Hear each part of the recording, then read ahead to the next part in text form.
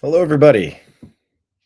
Welcome. Broadcasting to you live from the Orion spiral arm of the Milky Way galaxy, the solar system, planet Earth, North America, the United States of America, no longer Los Angeles, California, to be pseudo specific. My name is Brian Engelman. Today is Friday, January 31st, 2025, and this is the TNAM AM Show. Thank you for joining us. You're saying, Brian, it's 12:40 p.m. Eastern Time, where you may or may not be. How are you calling this the TNAM AM Show? Well, calling it the TNAM AM Show because it is the TNAM AM Show. However, by the way, TNAM is for the New American Media, of course. Reason being, I did have a couple of things converged. I had the chance yesterday to go see comedian, podcaster, um, it's hard to kind of define who people are. You can give them a blanket terminology. You can maybe read off an item or two on the bio. I'm not entirely certain how to describe Dave Smith. I'm not super familiar with all of his stuff by any stretch. I don't think I've ever listened to one of his shows. He does a podcast, apparently. But I went to go see him at the comedy club yesterday. And it was good. It was good. It was a good set. And his opener was good too. I think they do a show together. Bernstein, I think the guy's name is. It was a good show. It was packed. It was sold out. I've been to a lot of shows there that are not packed, that are not sold out. But I first found out about Dave Smith when I was at the Libertarian Convention and he was on stage. I think he was with Clint Russell. Clint Russell, who's also been a guest on my show, the Agree to Disagree show. And I talked with Dave and I said, I'm trying to book you. How do I do that? And he said, here's what you do. And this is the best place, not the way you've been going about it. Because he's sort of a thought leader, I think is one of the best ways to describe Dave Smith, as a thought leader. When I met him yesterday, grabbed a photograph with him. And I said, I really appreciated your pragmatic approach when discussing with Vivek Ramaswamy, with Clint Russell, with the shrieking libertarian audience that can never be placated, will never be happy, because nothing will ever be perfect. Such is the nature of politics. And I understand. I think he described himself as an anti-government extremist. Not to put words in his mouth. I'm trying to remember exactly the verbiage that he used. But I think what Dave Smith was trying to convey at the Libertarian Convention that we attended with the New American Media earlier this year was, look, you might be libertarian, and that might mean you have a checklist, a purity test. Once again, I think I'm probably putting words in his mouth, but the way I took it was, you have a list of things that you want. Nobody's going to give you all those things. You think Chase Oliver might be the guy that'll give you everything? Well, okay, cool. He's not going to win. So since he's not going to win, you have a choice. You have Democrats or Republicans. Which side is going to bring you a couple of wins? Which side will get Ross Ulbricht freed? Which side will pardon the J6ers? Which side will, whatever. Pick a couple of topics. I think Free Ross was one of them. And Vivek was up there trying to explain, like, look, I'm in the ear of President Trump. Like, we've talked together on a lot of topics with cryptocurrency, on foreign affairs. Like, President Trump listens, and he listens to me. And we've been able to work with him and kind of show him some libertarian ideals and take the wheel and pull it a little off to the side, where Biden and the Democrats Harris were taking us off of the cliff on Thelma and Louise, just going to a fiery crash. Or maybe we could get some better crypto policies, pull the wheel a little bit. Free Ross Ulbricht, steer the wheel a little bit. This, that, the other, wheel. You can pull the wheel a little bit and avoid the collision course if we continue on this path. And Dave Smith was met with some resistance when I told him I appreciate his pragmatic approach. Like, wouldn't you rather get 5 wins instead of 0? No, I want 100 wins. And if I can't get 100 wins, I shall not participate in said system. That's beneath me. Good for you, pal, because you're going to be living in the universe where those things will affect you. Impact, effect you. Affect, effect, affect. I combine words in my head. Portmanteau. I think that's what that's called, a portmanteau. And so I told Dave, I said, I appreciate your pragmatic approach to the Libertarian Convention. I thought it was good. He goes, well, I'm glad to hear you did, because I don't think they did. And I'm like, no, seriously. I think Angela McArdle, I think there were a lot of people there that were on board, and I suspect if you poll the people who voted last election, I bet you steered a lot of people. And I bet just the general movement in general caused a lot of people to go, we've got to get away from this. And what we got away from was 4 years of Barack Hussein Obama using his puppet strings to control the feeble-minded puppet, the weekend at Bernie's, weekend at Biden's candidate. And in a way, maybe that is what America needed. Obama, to try to become president, he was probably putting on a bit of a Bill Clinton stunt. Like, if I were to talk kind of like old school Democrats, maybe middle America would embrace me and let me govern this country. Okay. Term 2, remember when he leaned in and he said, I think after my next election, I'll have a little bit more flexibility. Occasionally you catch hot mic moments where you go, okay. And it's obvious, because once your first term is done and you get reelected, you're in cruise control mode. You can kind of be yourself because you're done. But that wasn't really the case with Obama. He stuck around. He stayed involved. He was working behind the scenes with the Department of Injustice, Hillary Clinton, Perkins Coie, Biden, Harris, the Democrat Party, to frame President Trump, to indict President Trump, to spy on President Trump's campaign, to impeach President Trump. Wouldn't be surprised if we find that there are links to the shooter in Butler, links to the guy, though there are links. Remember the guy who was on the links in the bushes, trying to take a shot at Trump on the golf course? I would not be surprised to see that Obama was behind, maybe the same fate as the Obama chef who drowned in a puddle of water. Imagine the conversations that chef overheard as the rumors swirled that Barack and his significant other are potentially on the outs. So Obama gave you his second term going, all right, I'm done. But he wasn't done. He said, if people often ask if I could serve a third term, would I want to serve a third term?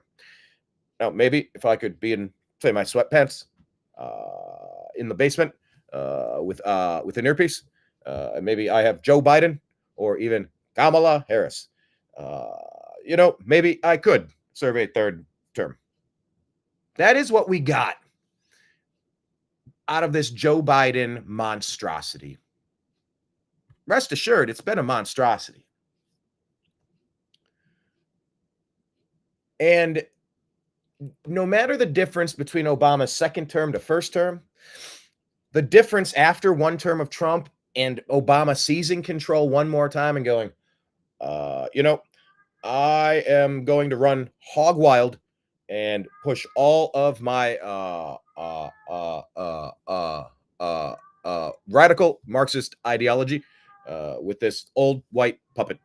And we will get closer to our Marxist utopia. We saw who the Democrats are. They took their Scooby-Doo mask off. Ha ha! It was you all along, Mr. Jones.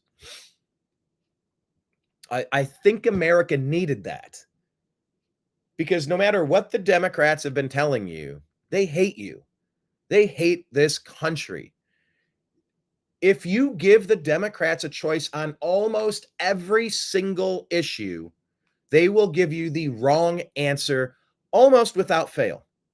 Some could argue, look, abortion is a personal rights decision. There shouldn't be any infringements on that whatsoever. And maybe the Democrats pushing for that, even pushing to after-birth abortions, pushing to infanticide, pushing to sterilization. Some people might say some of that's even okay, if you want to go that far. Take that one issue off the table. By the way, that's just a states' rights issue. Why is that state rights, not a national right, a human right? Because our federal government is pretty clear. Our federal government's only going to do a couple of things. We're going to prevent some things from happening. And anything else is handled on a state-to-state basis. That's just the way it's set up. You can like that system. You can dislike that system. There sure are pros and cons. For example, why is it that some states have been able to infringe upon your Second Amendment rights to defend yourself? I think we're going to turn that around. I hope we're going to get nationwide reciprocity, concealed carry, open carry, whatever carry, because it's something they should have never been allowed to do to begin with. Let's just face it. It should have never been allowed, and maybe it could be redone. But coming full circle out of the Biden term, there's now an incentive. Buddy, be careful. Here's Nimbus. When he hears me talking, he comes over and he'll give me headbutts and he'll meow and he'll ask for scritches and then he'll try to nibble. Yep. See, there he goes. He's a nibbler. But I think we needed to see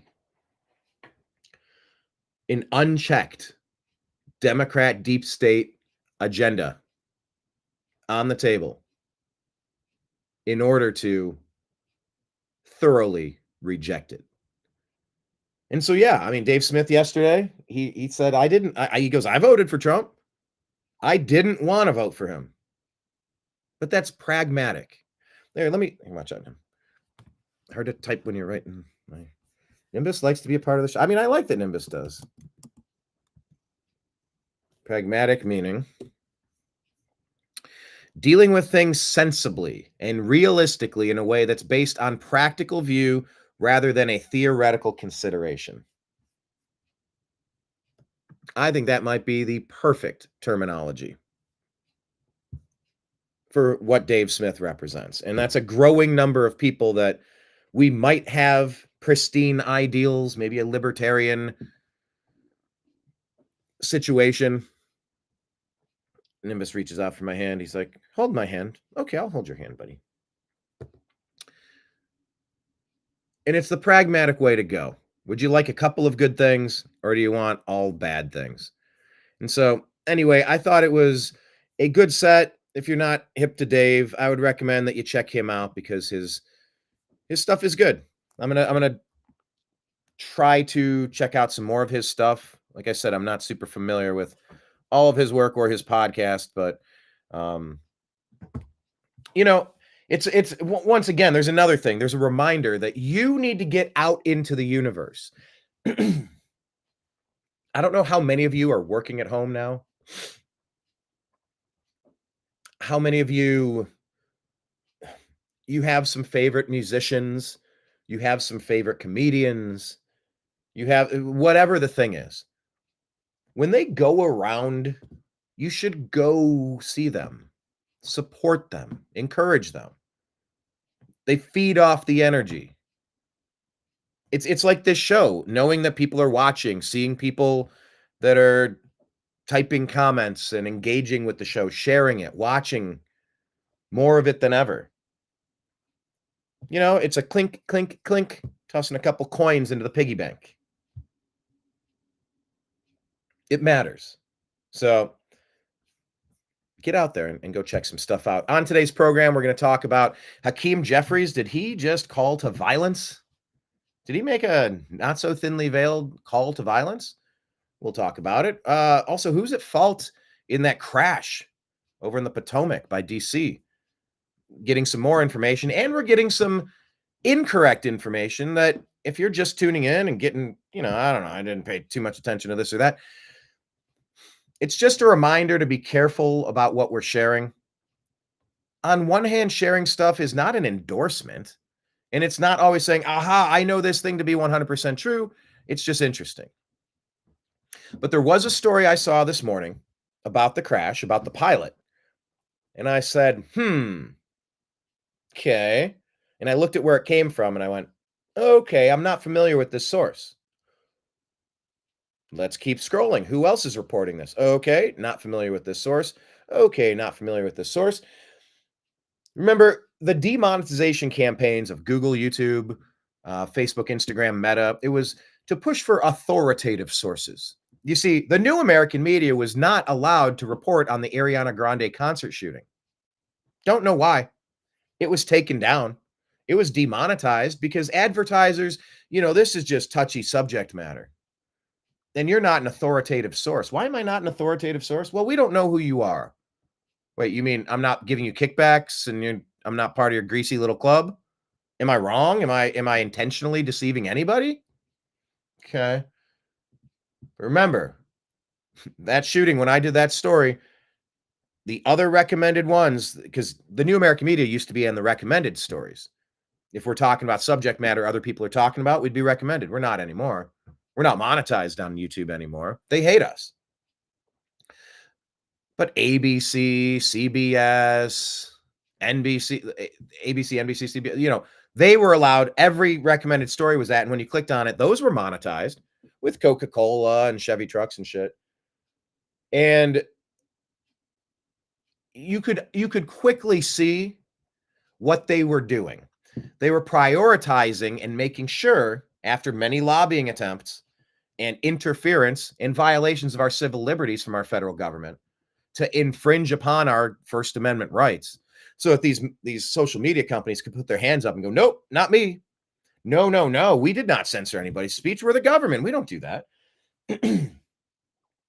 They paid non-governmental organizations, independent fact checkers. Oh, they conclude that you're missing context. You're incorrect. You're sharing dangerous misinformation and disinformation. What's up, Kenneth? ABC, I told you so. And so they used the fact that these are authoritative sources against us. See, BS. They put the BS in CBS. There you go. Kenneth, what was your joke about the two wings of the right wing and bringing the right wing and the left wing together yesterday? I'm slated to do my first stand-up performance this week, and I've asked. I have an idea to kind of do some. I'm not going to go on that tangent right now. But what was your joke about the left wing and the right wing bringing them together in DC? Something like, sadly, the only thing that could bring the right wing and the left wing together in Washington, D.C. was a helicopter crash. That's a. I don't think that's mean-spirited. I don't think it's too soon. I think it works. The D.C. right wing, left wing, but it's a crash. And I think there's a few more jokes on that. So, Kenneth, I was actually thinking about working on that for my 4 minutes. So if you have any other ancillary jokes related to that, I want to take that joke and run with it, maybe. I don't know. I've never done stand-up before. But I try to be funny here all the time. Yeah, both left and right wings went down in this case. And so, like, that general concept, I want to go at it from, like, a few different angles to maybe pepper in a couple extra jokes about that. I don't know exactly how. But that's the process, right? Stand-up comedy. It's constant writing.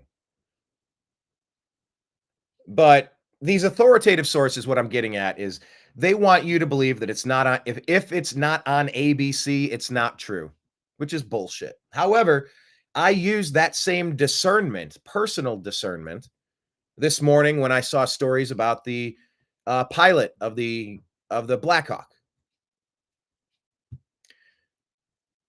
And I kept checking and I did not see authoritative sources. Now, to me, authoritative sources are not the deep state media outlets, the lying CIA media from Operation Mockingbird, NBC, all that crap. But it's kind of like I have a list of people that usually put out pretty good things, north of 90%. And if I see a couple of them, I'm like, all right, well, that must be going on then. Doesn't mean it is, but I have my own group of authoritative sources. So I did not share the story, and then it turns out that it was a fake story. So we're going to unpack that today. And we're going to unpack a bunch of other stuff. So let's jump into the things that we saw on Instagram that we found interesting. If you're not following us on Instagram, please do so. We are the new American media because the old American media has failed you. All right. Some of these will be disjointed and out of order, but so are our daily conversations. I'm here for it. If we had a producer that could properly chop and splice and time, and it's okay. It's okay. It's how my brain works. It's how the show works. This is a good account, Elite AF Wellness. They share interesting things. Maybe, look, everything should be for your consideration. Can't be endorsements, this, that, or the other. But she's here trying to unpack what people have been complaining about, shrieking about, lying about regarding Trump saying, we're going to freeze funding. I'm like, oh my God, they're going to shut the government down. We need all this money. And you're like, hold on. My God, people, like, what do you, slow your roll. I thought we were kidding. I thought this was a joke. I didn't know there were actually people on the left that believed in shit like this. But to back up and just like state the facts, individual assistance programs aren't going anywhere. So your food stamps, your Medicaid, your FAFSA, all of those are still in place and they're not being affected by the federal pause. So if anyone says that to you, it's because they're stuck in the, like you can literally just Google it and Google will tell you that those programs are not being affected by the federal pause that Trump put in place. So, but the whole other part, I thought we were kidding. I thought this was a joke. I didn't know there were actually people on the left that... Oh, okay. I guess it's just kind of resetting that point there. But yeah, there's a lot of false narratives being thrown around. Okay. Yeah. Did you have this on your bingo card? Kash Patel? Fortunately. I mean, look,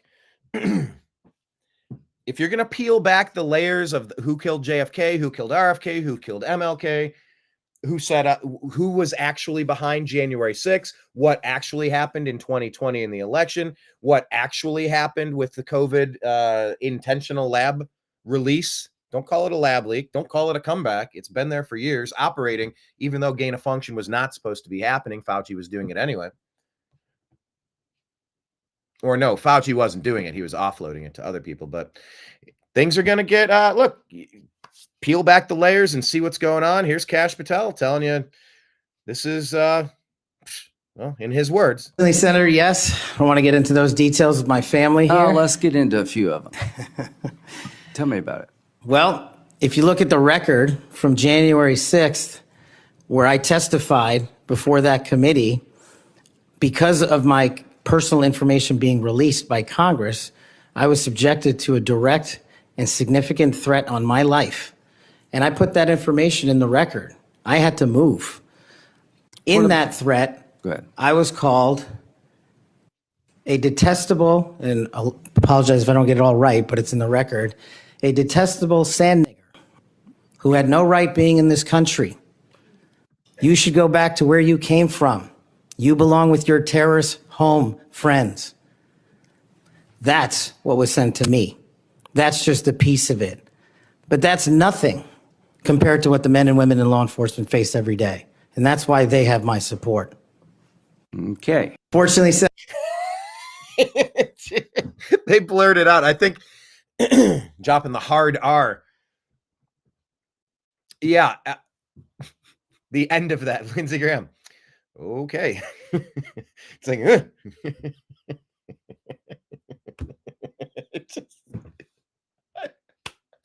I didn't expect that last part of that clip to be so funny. You can't have such, like, the difference between the young brown Kash Patel being called a sand, and then the old white, some say Queen Lindsey Graham. Oh, Lindsey Graham. Oh, be still my fluttering heart. Just so uncomfortable at the end. Okay. Moving on. We'll see if Kash Patel gets confirmed soon. Oh man, the stuff Kash has said he's going to prioritize is going to be potentially epic. Let's bounce over to Bobby Kennedy Jr. Cash back. Yeah, cash back. All right. This is from a Midwestern doctor. The hostility that Robert Kennedy Jr. has experienced at his confirmation hearing was directly proportional to how much pharma money each senator received. In fact, each of them simply repeated the same attacks we just saw flood the mass media, all of which were blatant lies. Some of the worst offenders, they're all Democrats. Tina Smith, Maria Cantwell, Sheldon Whitehouse, Ben Ray Lujan, Maggie Hassan, Catherine Cortez Masto, and Michael Bennett. Then in the $1 Million Club, you got the heavy hitters, the super effective lobbyists.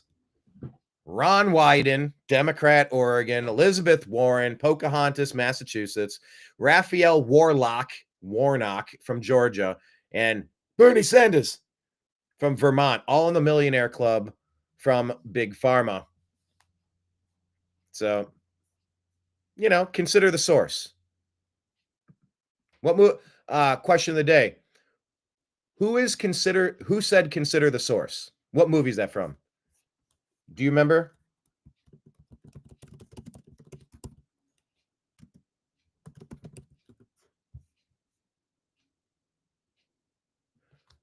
Oh. Whoa, they're attributing this to something different. They're saying it's from Devil's Advocate. When John Milton, Al Pacino, says, well, consider the source, son, to Kevin Lomax, Keanu Reeves. But that's not what it was.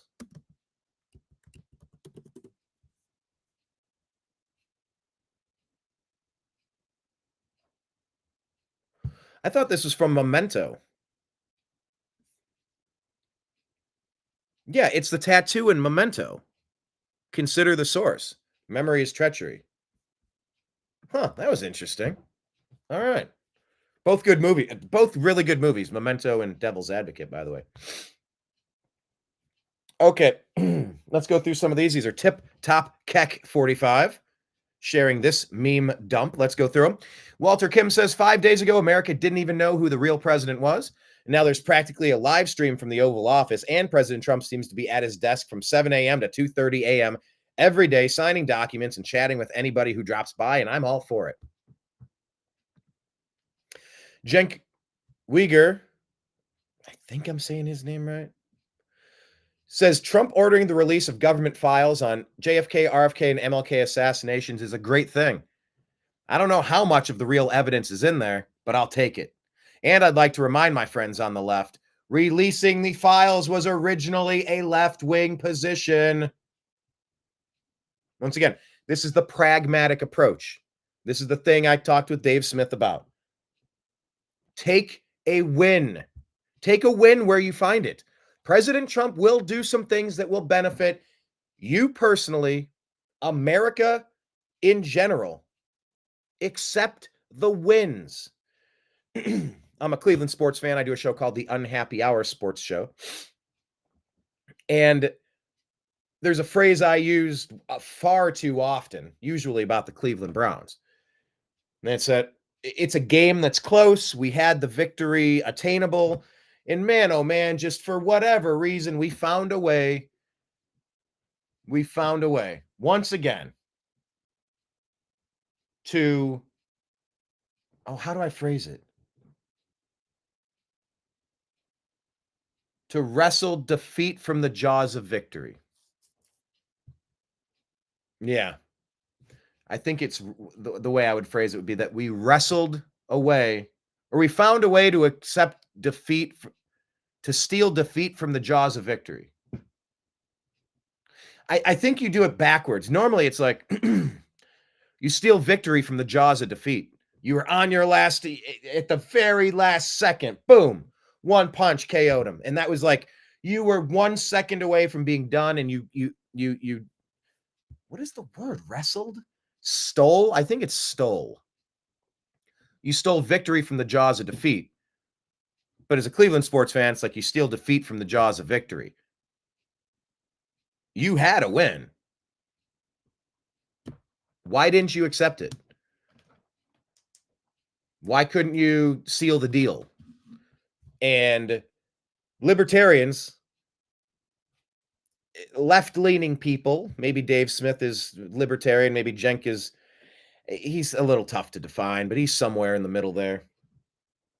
Middle of like anarchist, Marxist. Anarchist and Marxist kind of follow each other if you go around the circle. They around the bottom of the circle, you go right wing, left wing, and you got like anarchists, you have Marxists, you have libertarian, like you have an interesting blend of people. But Cenk is like, hey, I don't even know how much of the real stuff we're going to get, but I'll take it. Remember, this used to be a left-wing position, accept the win. Make a notation and stop shrieking for a second. Trump did something good. Give him a gold star. Shouldn't we applaud gold star activity and encourage more gold star activity? That's kind of what Dave Smith's message was. It's what my message has been, of pragmatism. Take the win. Stricture here says, if Trump had done these executive orders one at a time after careful deliberation over the next 6 months, they would be a lot easier for the Democrats to fight and, more importantly, raise money to fight and spin up the newspapers and influencers or use embedded agents. Is this the Blitzkrieg? Oh, yes. Oh, yes, it is. Just a reminder here, this was President Trump handing his press conference over to victims of Hurricane Helene, asking them on national television to name the insurance companies that have stiffed them. Absolutely epic stuff. This one is saying, from Breaking 911, more than 840 illegal alien invaders have been arrested by ICE in the first 3 days of the Trump administration, per News Nation. That number doesn't include those taken into custody by Border Patrol, Homeland Security, or U.S. Marshals. Deportations have begun. Guantanamo Bay is being built up better to house as many of them as possible. And I think they have an agreement with Bukele in El Salvador to bring more over there, because some of these people are so bad. If you can't kill them, you have to actually make sure that they are in a jail. Logan Hall here saying, Trump is proof that the problems plaguing America were a choice by our leaders, not some inevitable outcome, and that all we needed was a strong leader with the political will to fix them. That is correct. And by the way, here's the goal on Instagram and for anything. When I share something good through the New American Media, it may behoove you to follow these accounts as well. I'm not super familiar with TikTok Keck 45, really not. But like in this meme dump of like 10 things in a row, these are pretty strong perspectives where if you're just doing a quick once over, you're getting a lot of thoughts and things to put in your head. The better thoughts and the better perspectives we have, the more likely it is that we're going to have well-developed ideas and that we can defend our positions and that we can change our opinions based on new information. And I think that's important. Bugs Bunny, I wish all illegal immigrants a very get the hell out of my country. This is when I tell my wife I loaded the dishwasher. I'm sorry, I can't hear you. I'll take a little bit more up. Thank you. Hey, honey, I loaded the dishwasher. That's pretty great. But yeah, the comment we put with Cenk's post here, amen. Accept the wins as we get them. What was this one? Did you see this? Gevers shared this. I don't know this guy's name or how to pronounce it. But this post says that a random man saved a woman who was about to be assaulted in New York City. What the hell is going on here?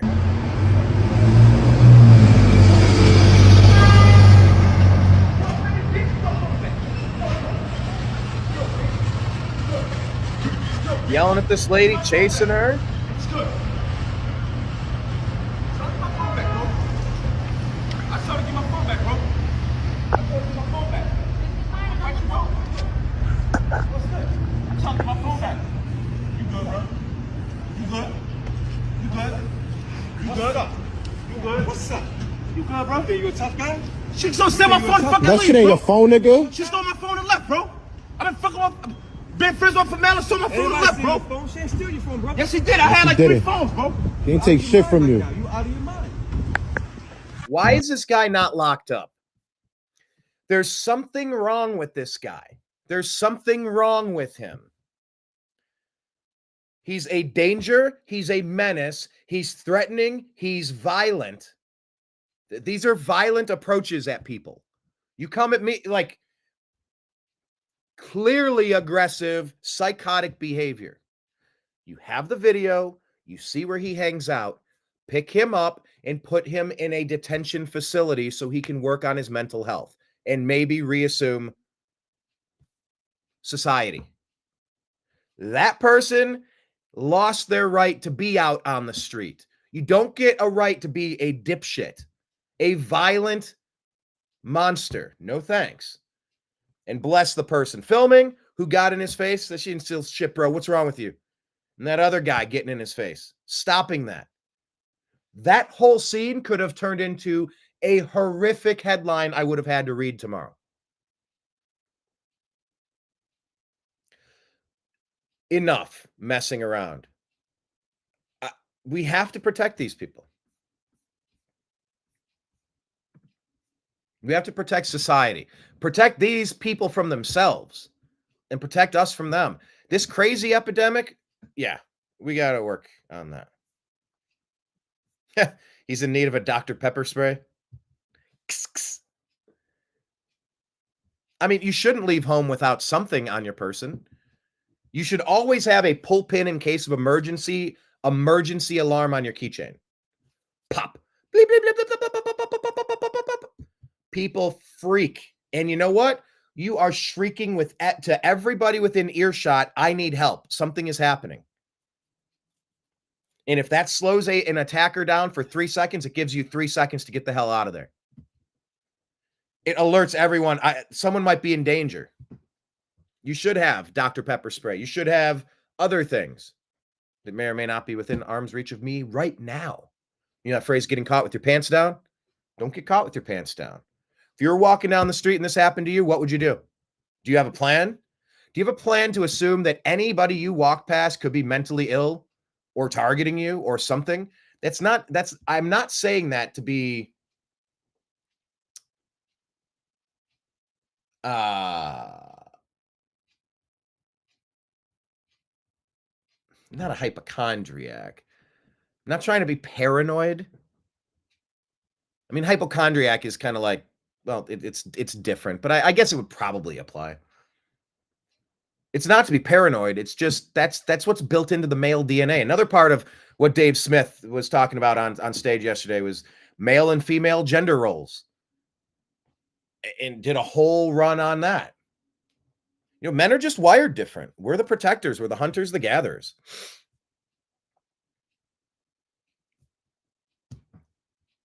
I'm hardwired this way.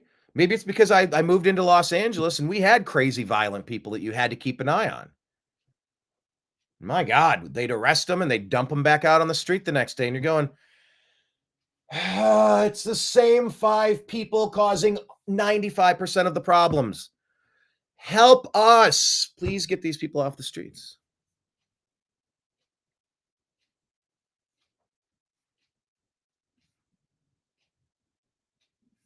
Reading your comments, Kenneth. Do lobbyists eat lobster? Lobsteriest? Yeah, where are the insane asylums? Well, the Democrat National Party. You can start there. Maybe the teachers' unions that are radically indoctrinating our kids to be goofy, self-loathing Marxists who vote against their self-interest. And by the way, we're going to get to that. That should have actually been in the title about ending the Department of Education. That'll be a story we get to in a little bit here once we tear through. But yeah, where are the insane asylums?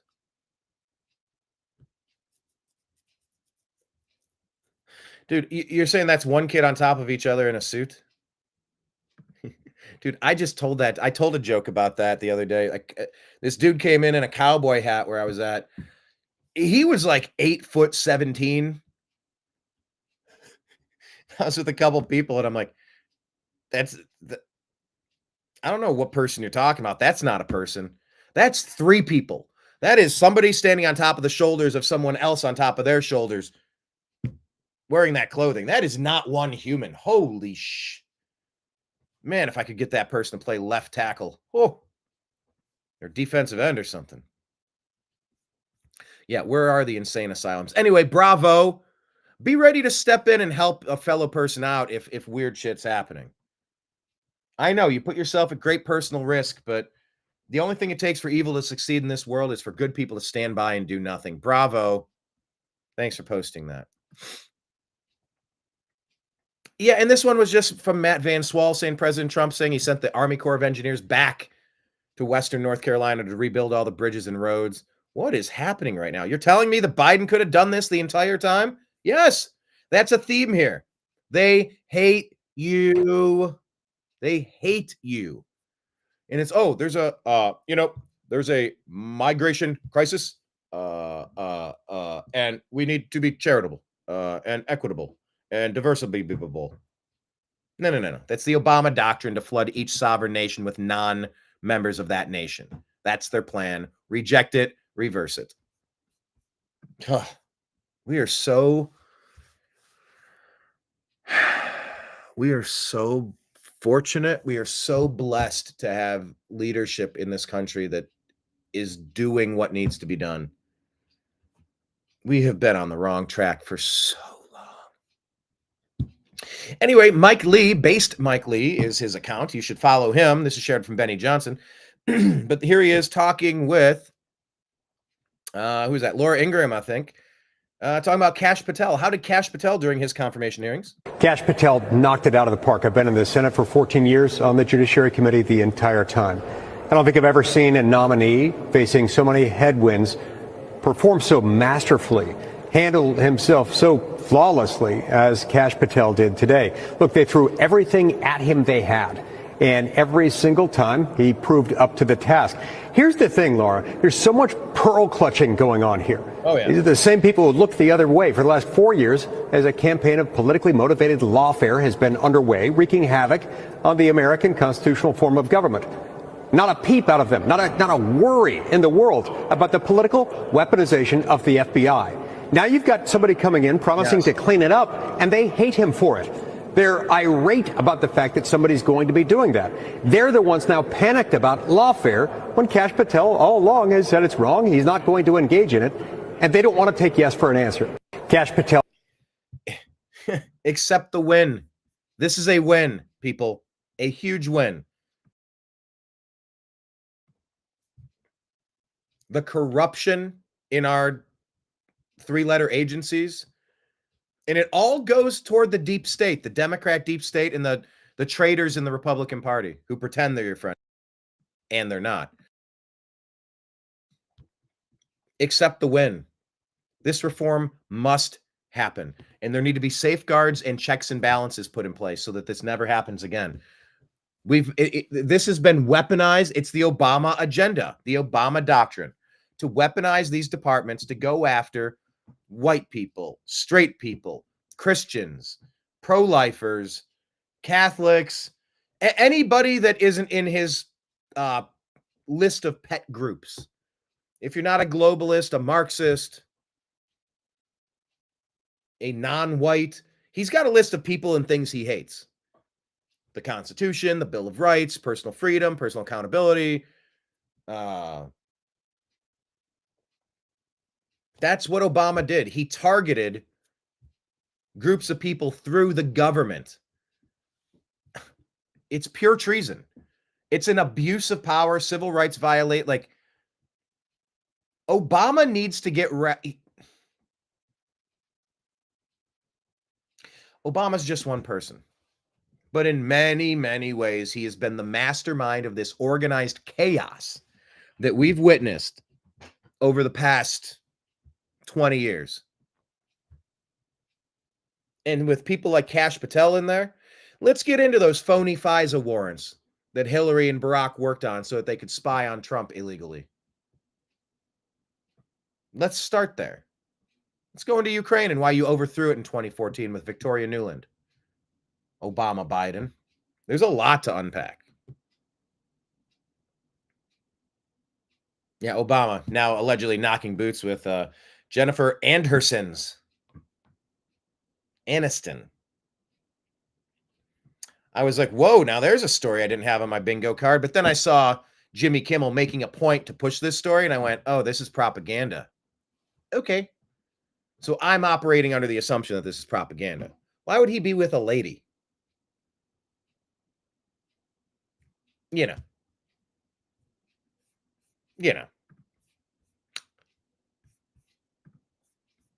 Just, I mean, according to report, not that there's anything wrong with that, but according to reports, he doesn't really play for that team. Bathhouse Barry, they call him. And That's not me. That's what other people say. Okay, so here's Kash Patel talking with, I believe this is Marsha Blackburn, and she has been pushing this issue forever and a day. Yeah, protect this woman, protect Kash at all costs. Benny Johnson also shared this one. Let's listen to this conversation. I know that breaking up these trafficking rings is important to President Trump. So will you work with me on this issue so we know who worked with Jeffrey Epstein in building these sex trafficking rings? Absolutely, Senator. Child sex trafficking has no place in the United States of America, and I will do everything, if confirmed as FBI director, to make sure the American public knows the full weight of what happened in the past and how we are going to countermand missing children and exploited children going forward. And I know that breaking up these trafficking rings is important to President Trump. So yeah, it's important to everybody.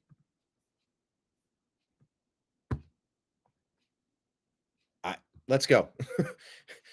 We cannot get these people in their positions fast enough. Let's go. Super fast. Let's go. Oh, so overdue. I mean, just to learn that the deep state Democrats have been intentionally abusing kids for a very long time. It's just, it's hard to understand just how, you guys don't even know how bad this really is. I keep a lot of, there's a lot of things that I don't discuss, but I promise you, stuff is worse than you have any idea. You don't even know just how bad things are. Here's David Kate talking to Kash Patel. Covered one of the biggest conspiracies against a modern president. What do you believe now is the biggest threat against the movement and President Trump himself? It's really the same that it's always been, and it's depriving the American people of the truth. You know, all those conspiracies that the mainstream media, the radical left wing, and the Harris administration and the Clintons brought up, it was the same operation. It was just using a different lever of government to say, we're going to try to take them out. We're going to try to rob you guys of the truth. And if we put out the truth behind President Trump that he's exposed, whether it's Russiagate, whether it's impeachment 1 or 2 or 51 intel letter or whatever they're coming up with next, that's the biggest way we accomplish achieving victory. And it's through great programs like yours that so many millions of Americans have stopped watching mainstream media and start listening to you guys. And that's how. There you go. Welcome to the new American media, because the old American media failed. I was at the tip of the spear 14 years ago. All you had to do was be linked up with us then, and it would have helped you save some time figuring out what was going on. It's all right. We're still doing it now. Trying to have fun with it too. How we get it out there. That's single. It might sound simplistic, but that's literally what Americans are craving more than ever, and they see President Trump delivering it. Got it, Kash. You heard it here first. You got to trust people like us. Thanks, Kash. There you go. Disconnect from the deep state legacy media. Here's more Kash. Yeah, Cash money, baby. This is shared from Nordic Shadow. Conspiracy theorists, 37. Mainstream media journalists, 0. If you're not ticking off some people, you're not doing your job right. My colleague and friend Senator Durbin called you a conspiracy theorist. You remember that? I do, Senator. You were instrumental in revealing that the Trump-Russia election collusion hoax was a hoax, weren't you? Yes, sir. I was a lead investigator.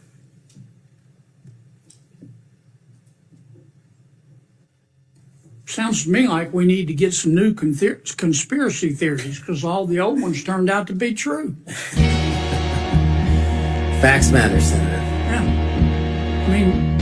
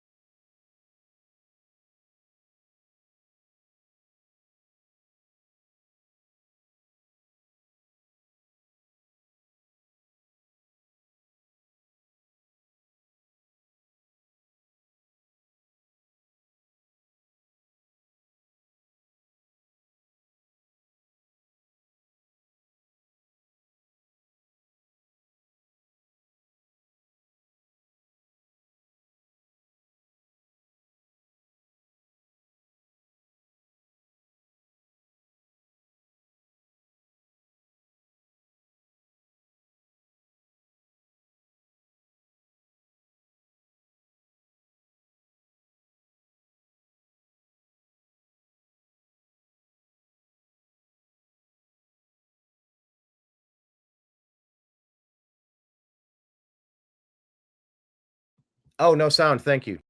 Doggone it. How long was I silent? I was for a while. Thank you. Thank you. There was a. Wait, you went deaf? Or did you go deaf when I went back and I was super loud? Sorry, I had an incoming phone call from another country that I was trying to address, but then it couldn't connect. And anyway, welcome back. But anyway, this is just now I have to justify the existence. I'll read this again. It's a post going, ugh. Now I have to justify the existence of all my department's FTE positions. Actually, what is FTE? Oh, full-time equivalent. That's a position that is measured as the number of hours a full-time employee typically works in a company. Yeah. I have to justify all my full-time employees' positions. Yeah, you do. This is office space, people. What is it you would say it is that you do here? Yeah, you got to justify your position. State your name, state your purpose. This HR post says, so now I have to complete overly complicated justification forms for each FTE position in my division and what the impact would be to the government and American people should that position be eliminated. Mother bleeker, GD, crap, bleep, bleep, bleep. The comments here are great. I want this injected straight into my veins. I keep liking and unliking this so I can like it again. I like that phrase. I'm going to write that down. Where's the... I don't have... Here, where do I... I'm going to do something. Sometimes these phrases are so good. Here we go. Text edit. Bam. Oh, that was the wrong thing. I copied. There we go. That's the one. I'm going to use this line again. Yeah, you guys are awesome. Thank you so much, by the way. Frankie, Kenneth, you're like, no sound, no sound. I'm like, oh, Frankie's lurking. Frankie didn't say anything until now. Now she's like, no, I've been listening. I just wasn't commenting. Cool. Thanks for listening, Frankie. They're being asked to justify all these full-time employment positions. And Kenneth, he's just here. He wants to justify his love. You know, I did see a post. Adam Carolla posted that Madonna went up and did stand-up comedy and bombed. Look, I'm comfortable talking. I feel like I could bullshit my way through a couple of jokes. I don't know if they're going to make people laugh or not, but I feel like I could talk for 4 minutes pretty easily. I do 2 hours like that. Lickety split. Pretty straightforward. Yeah, but these comments are so good. Let me read these comments for you. This really is like Office Space. What is it? It is that you do here. What is it that you do here? I'm a people person. Being libertarian. I want this injected straight into my veins. I keep liking and unliking this post so that I can like it again. Fatso. You mean a job description? Welcome back to work. Ricky says nature is healing. Dylan says people who work for the government are having to do something extremely complicated and inconvenient just to get on with their lives. Beautiful. Left Base says, I have to justify why I'm stealing money from taxpayers? Fuck. Oh no, you have to work. Shrieking at the sky. And there it is right there. 10 posts down. Wolfish says, what exactly would you say it is that you do here? And Greg says, in one post, she made it clear why forced cuts are necessary. And I'm going to say Office Space has become reality for the Trump administration. Not Office Space. It'd be the Office Space question of what is it that you actually do here has now become reality. There we go. That's my post. I'm going to start leaving more breadcrumbs across the interwebs. So as I read these, I might try to type some comments. Mad Donna. All right, let's go to the next one. You said it. Yeah, remember when Obama lied, you believed it? This administration. There we go. Administration, the Bush administration, has done nothing to control the problem that we have. We've had 5 million undocumented workers come over the borders since George Bush took office. It has become an extraordinary problem. And the reason the American people are concerned is because they are seeing their own economic position slip away. And oftentimes, employers are exploiting these undocumented workers. They're not paying the minimum wage. They're not observing worker safety laws. And so what we have to do is create a comprehensive solution to the problem. Now, I have already stated that as president, I will make sure that we finally have the kind of border security that we need. That's step number one. Step number two is to take on employers. Right now, an employer has more of a chance of getting hit by lightning than be prosecuted for hiring an undocumented worker. This is what he told you, and look what he's done since. The exact opposite. That has to change. They have to be held accountable. This administration, the Bush administration. So yeah. Remember when Obama lied to you and you believed it? Don't believe Democrats anymore. Also, that is not an endorsement of the Republican Party. I think the Republican Party's pretty much trash for the most part. I like the MAGA Party. There is a huge difference. Rodney Smith here saying, I've never seen an in-shape, healthy person contradict anything RFK Jr. said. On the contrary, I've heard every news outlet hosted by some troglodyte smear him. Okay, let me read this again. On the contrary, I've heard every news outlet hosted by some troglodyte smear him right before they cut to a Pfizer and McDonald's commercial. Folks on the left are really living in the Matrix.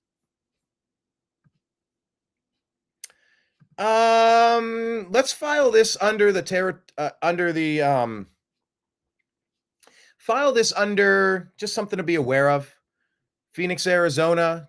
You know, I'm seeing this a post from 2020. Progressive Insurance canceling insurance policies in the area due to high wildfire risks.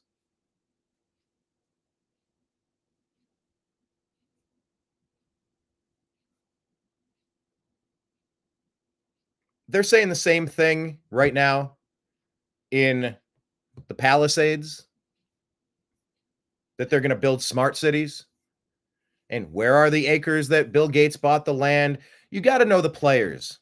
Once you know the players, you'll understand what's happening. So just take a look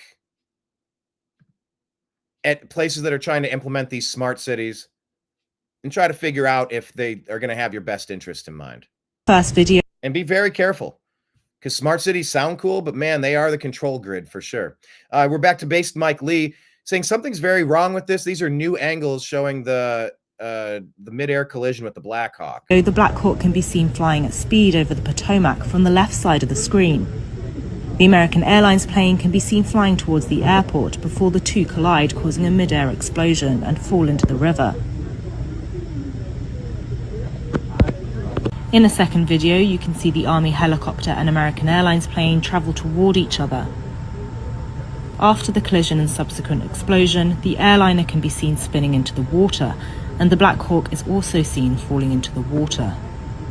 First video, the Blackhawk can be seen flying at speed over the Potomac from the left side of the screen. The American Airlines plane can be seen flying towards the airport before the two collide, causing a mid-air explosion and... I think Nimbus wants food or something. Man, I got everybody asking me for attention right now. Phone's ringing off the hook from another country. Nimbus is, okay, I need to feed this guy. I do want to show you something. So, look, we got to unpack this story.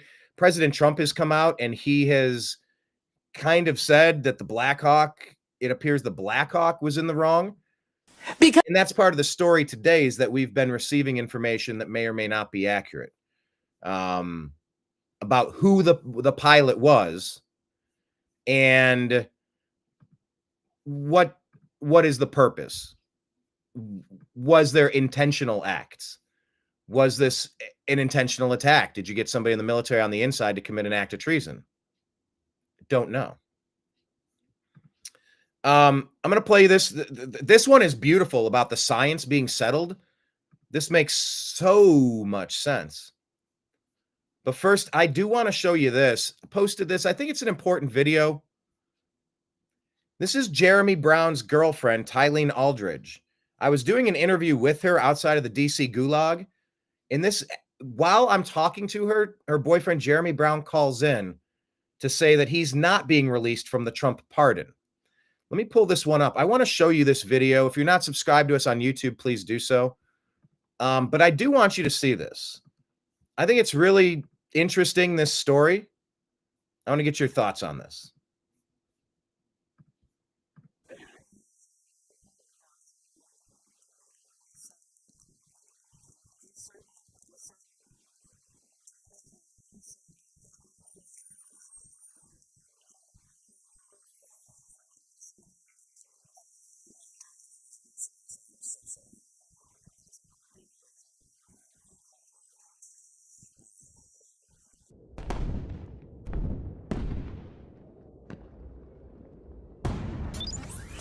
Your guide to the truth.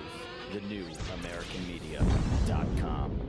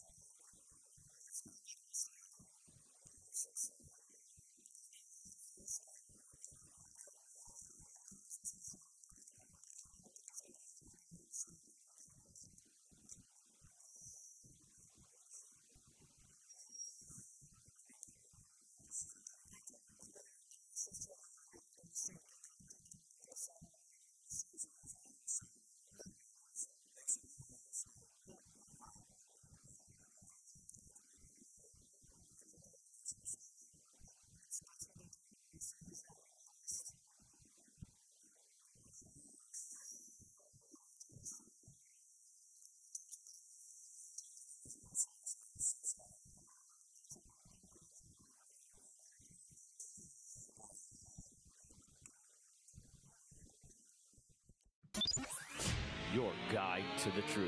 The new AmericanMedia.com.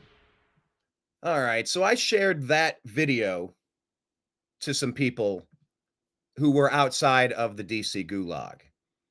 And wait, did you say you got chills? What got you chills? Did you get chills? Did something about that give you chills, kind of?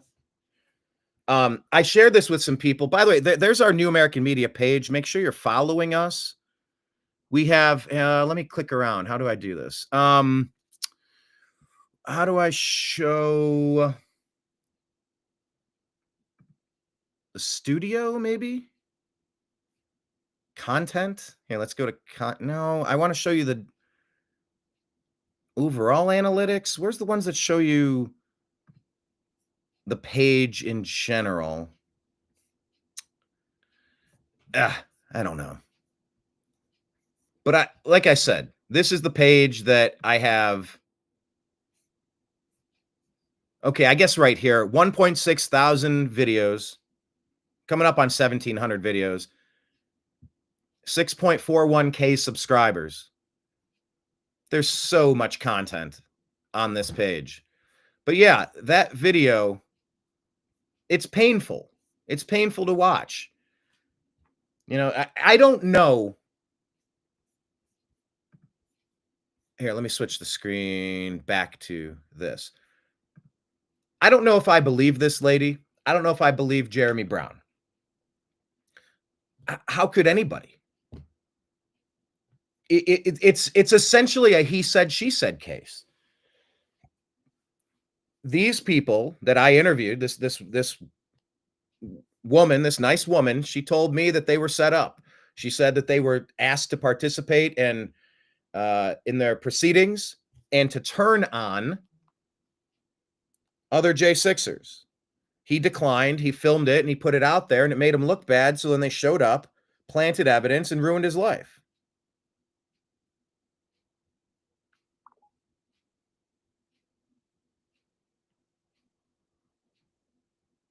It's a story that needs to be told. And so I'm going to be uploading today other videos. I did put the video interview with Mickey, the mother of Ashley Babbitt.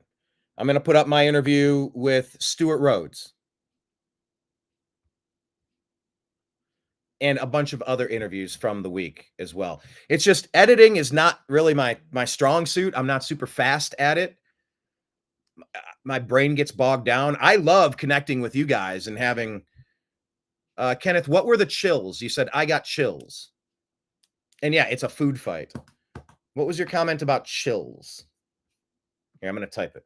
What was your chills comment referencing?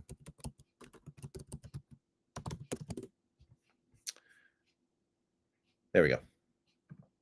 So anyway, pay attention because these more videos will be dropped onto the YouTube channel and the Rumble channel. Please subscribe to both. Let me play you this one. This is exactly what you need to hear. Because sometimes science is wrong. We make progress. We build on the work and we become more successful. And when you continue to sow doubt about settled science, it makes it impossible for us to move forward. Because sometimes... Look, Ian Miller says a senator yelling that the science can be wrong, but we shouldn't question it because the science is settled, perfectly sums up the absurdity of what we dealt with during COVID.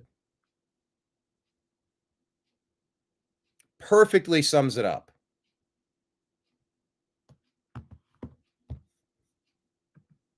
Try to make sense.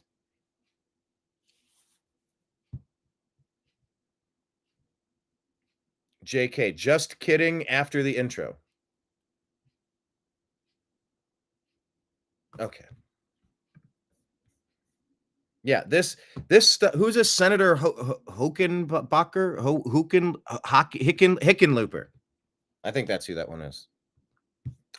I don't know. These Senate confirmation hearings are wild. Hey, speaking of wild, I've shared a lot from Benny. But it seems he's not usually in my wheelhouse of regular correspondence.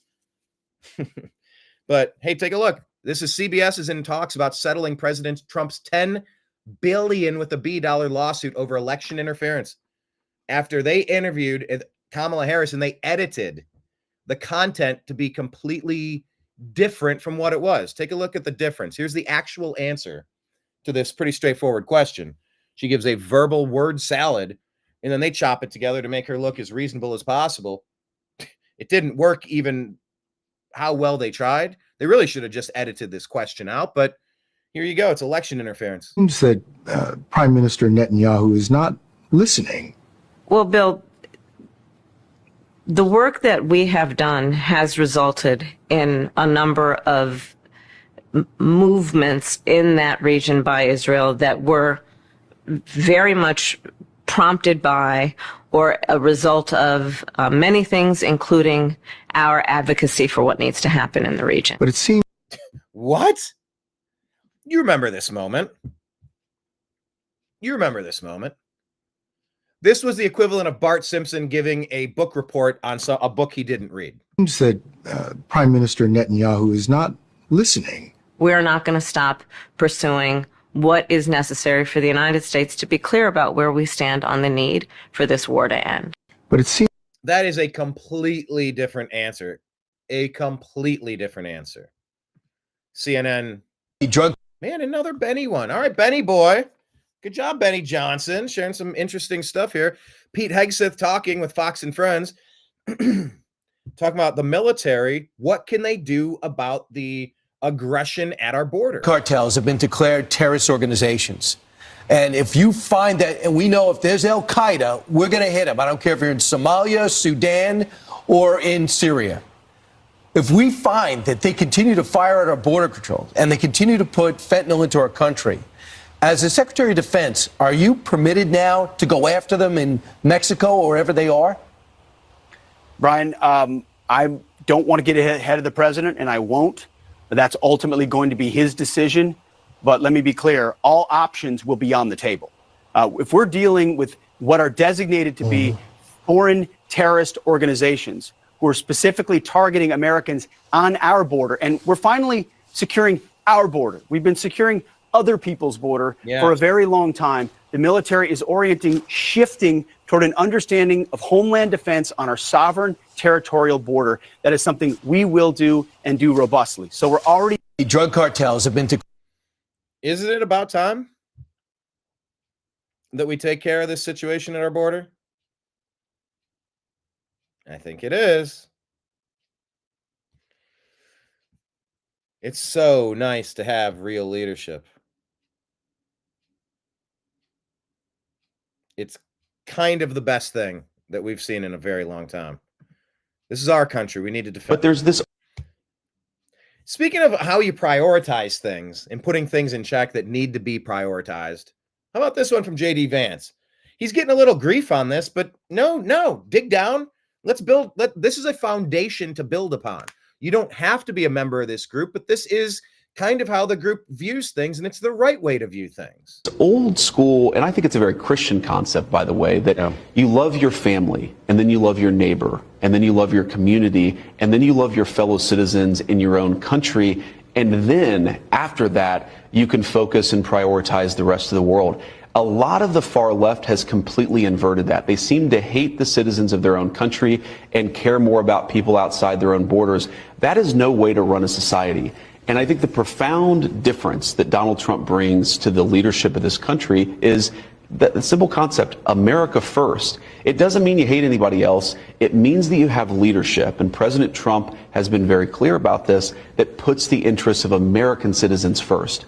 In the same way that the British Prime Minister should care about Brits and the French should care about the French, we have an American president who cares primarily about Americans, and that's a very welcome change. What is President Xi doing? What is Vladimir Putin He's looking doing? after the Chinese. Putin is looking after the Russians. They're entitled to do that. Thank God we now have an American president who's looking after the citizens of his own country. But there's this old school. Yeah. Christian concept. You love your family. You love your neighbor. You love your community. You love your fellow citizens. And then after that, you prioritize the rest of the world. You prioritize your relationship with God, because that's your self relationship. And your relationship with God is maybe just, you know how you have to recalibrate certain tools to make sure that they're functional. You know how they used to say, like, you could get out of speeding tickets if you can prove that the officers did not calibrate their radar gun properly that morning. Like they have to pass a test, or they have to prove there's some sort of thing that will show this radar gun was locked in and calibrated each day. And if not, then you get out of the ticket. Your relationship with God is sort of essentially recalibrating yourself each day and just saying, look, I don't know what happened, how I got here exactly. I don't know exactly what happens when I'm gone. But I'm going to choose to live my life as if I'll have to account for my actions once I move into the next experience. That there's something greater than just me and my personal video game that I'm playing. And if I live each day in a way that would make me proud to review this day on my DVR, sitting at the throne of God, at the hand of God, at the foot of God,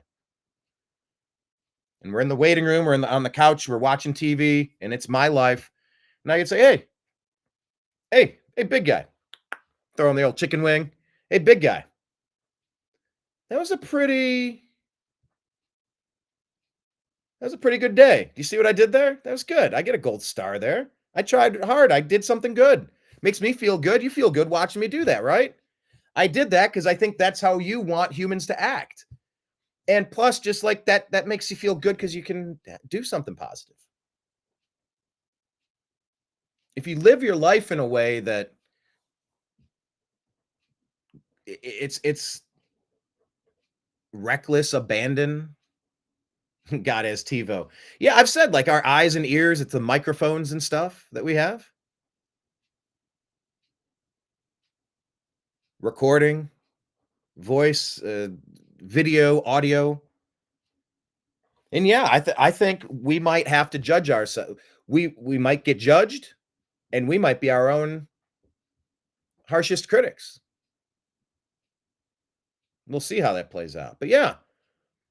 But you prioritize your duty to God, your duty to your family. So God is yourself. I'm not saying that, like, I'm in a satanic, because it's sort of a satanic lie that you're the most important person, and it's all me, self-centered.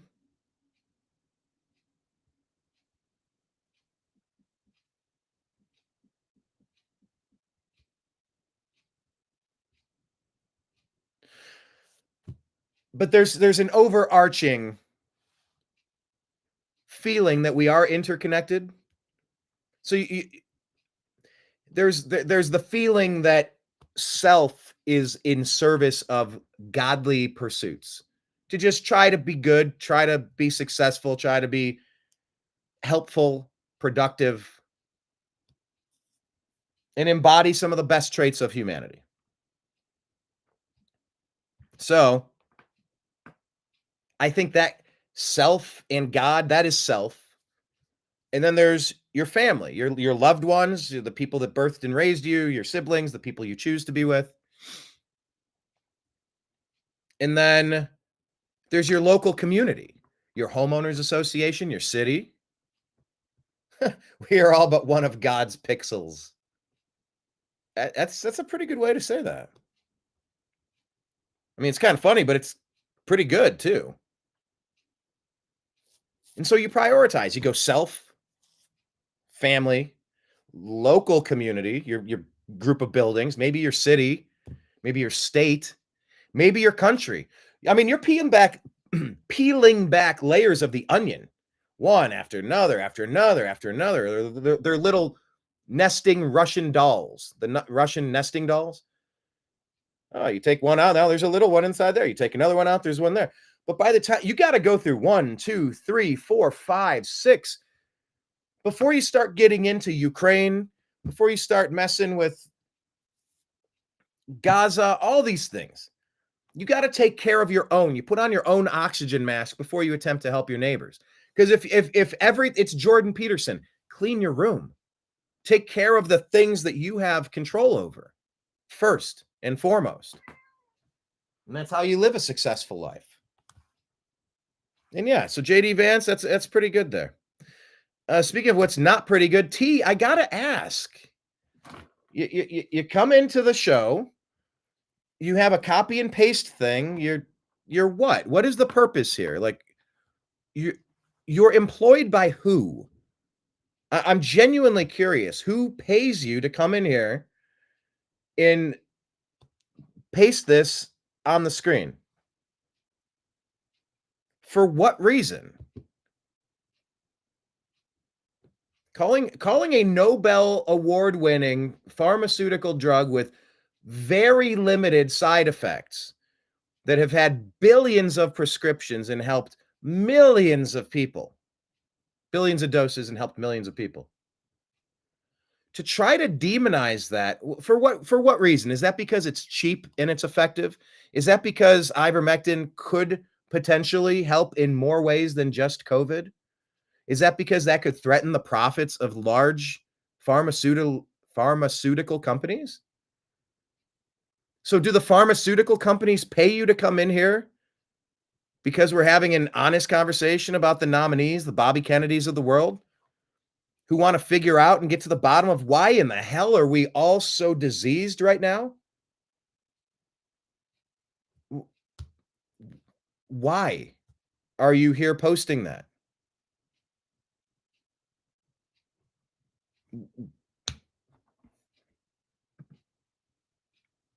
Asking you a direct question, T.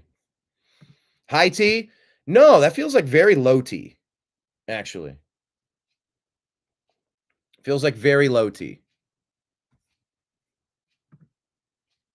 Also feels like insanity, actually. Anyway, let's continue on here. That was JD Vance. Here you go. Let's talk about the science. I kind of, you want to ask where I'm at? I feel like people like Rand Paul, Dr. Rand Paul. Let's listen to his take and tell me. This is coming from the Based Forever account, Based Forever Media. Autism, there's no good science of anything to show what causes autism. We don't know. It's a profound disease. I know many moms here and dads who have kids with autism. I know them personally. I've met their kids. But the thing is they saw their kids developing completely normal, maybe speaking 100 words go to no words at about 15 months of age. Now, there isn't proof. There isn't proof that the vaccines cause it. That's true. There isn't proof that it causes it. But we don't know what causes it yet, so shouldn't we be at least open-minded? We take 72 vaccines. Could it be? I don't know. But we shouldn't just close the door and say we're no longer, because we believe so much in submission, we're not going to have an open mind to study these things. Shouldn't we want to be open-minded? Instead, we're so close-minded and we're so consensus-driven that the science says this. Well, science doesn't say anything. Science is a dispute, and 10 years from now, we could all be wrong. We were told in the beginning, 20 years ago, they did this enormous study, and they said, everybody over 50 should take an aspirin. I thought, well, that's a pretty good idea. It makes sense. But you know what? 20 years later, they measured it, and they found if you had no heart disease and you were taking aspirin, your chance of dying from a brain bleed or from a stomach bleed were greater than the risk of heart disease. If you have heart disease, they still say take an aspirin. If you don't, they've changed their mind 20 years later. But would you have all said I was crazy and I should no longer be in public discourse if I had said 20 years ago, I don't feel like taking an aspirin. I ride my bike all the time. I'm afraid I might hit my head. But that's what country's about. It's what dissent is about. So just ask you to look at the larger picture and give the guy a break who says, I just want to follow the science where it leads without presupposition. I think really what we have up here is presupposition. You've already concluded. It's absolute that autism isn't caused by it. We don't know what causes autism, so we should be more humble in what we say. Sorry, I didn't get to a question. Didn't get to a question. Why would you? You're already on board. Bobby Kennedy might be the best thing about Trump's cabinet. He's one of them. He's one of the top 50 best things about this administration. Would you say, Kenneth, say nay? Nay to horse paste? Yeah, it's not horse paste. Anyone saying horse paste, insurrection, misinformation, disinformation, those are there's a lot of words. When you see people use these words, you're dealing with a sock puppet account. You're dealing with an NPC. You're dealing with a brainwashed person. You're dealing with a propagandist. Some of these people might be well-meaning, but there are little things you can pick up on and go, oh, they're being disingenuous. Forcedism. All right, let's go to the next one.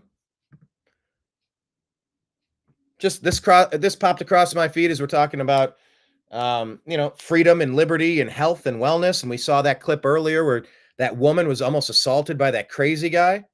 Well, people like Tucker ask this question. It's a good question.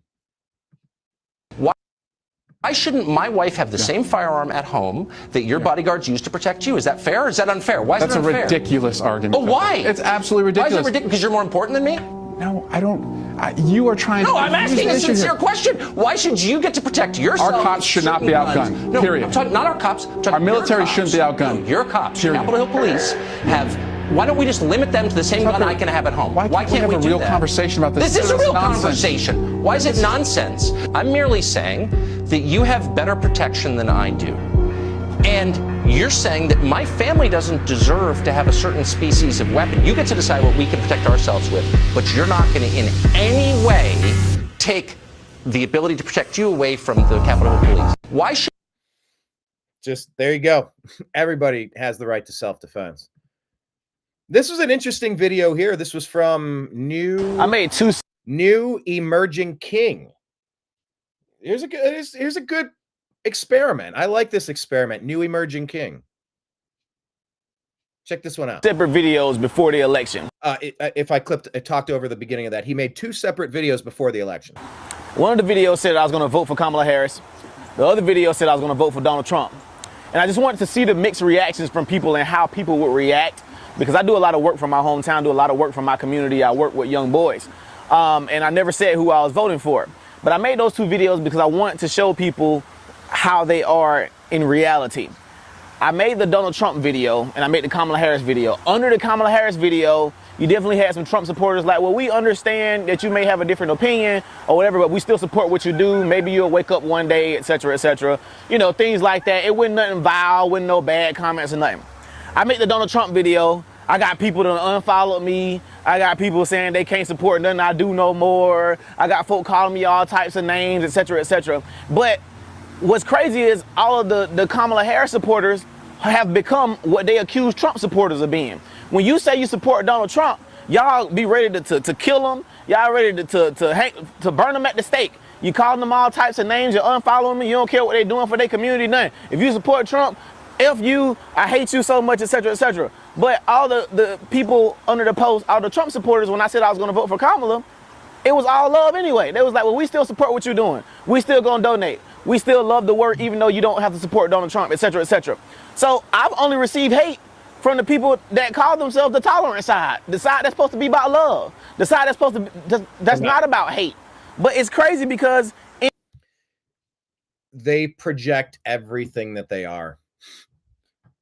Oh, we got to impeach Trump because he's meddling in Ukraine. No, he's trying to do this. He's a Putin puppet. No. You overthrew Ukraine to start a World War III with Russia. And Trump tried exposing it, so you tried to impeach him and say he was doing the opposite.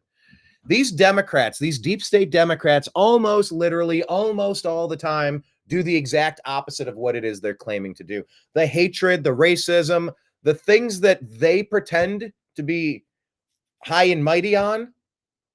In general, the deep state Democrats are the absolute worst, most divisive people you will ever find. MAGA people, I won't say Republicans, because Republicans, that's different. Like I said, they're damn near two wings of the same dirty bird. But the MAGA people love ourselves. We love trying to make our thing the best that it can be. We love trying to make things the best that they can be. And they love dividing and destroying. They divide and destroy. Marxism doesn't build, it destroys. And that's what the Democrat deep state agenda has been all about. anytime somebody doesn't agree with you, all you spew is hate. All you give is hate. So it's funny how everybody who call themselves Democrats, you have turned into what you accuse the Republicans of being. You almost got it right, brother. They've always been what they accuse the other side of being. He's close, so we'll give it to him. I'll mute this because there's a song playing. Oh, what happened? Okay, there we go. Let me just share this. This is sad. These are the people that were on that plane that went down. I can't play their sound to it. It's just sad. Prayers to everybody. Oh, a married couple, skaters. Oh, man. So sad looking at these people.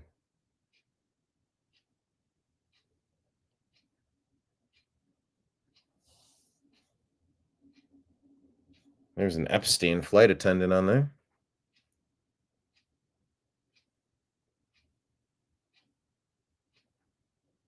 Man, I don't know. It makes me sad.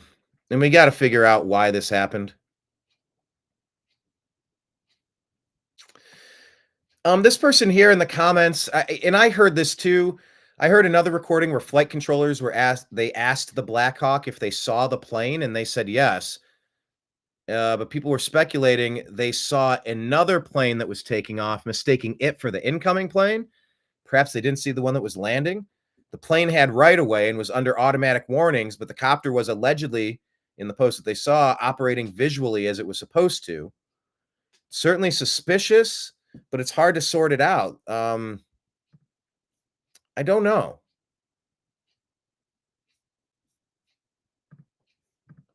I don't exactly know what happened there, but we do need to dig into it and find it out. Continuing on here. This is Communism Survivor. This is a good account to follow. Recommend it highly. From the DC Examiner, it says Pacific Palisades rebuilding must include low-income housing per a Los Angeles law, Agenda 2030.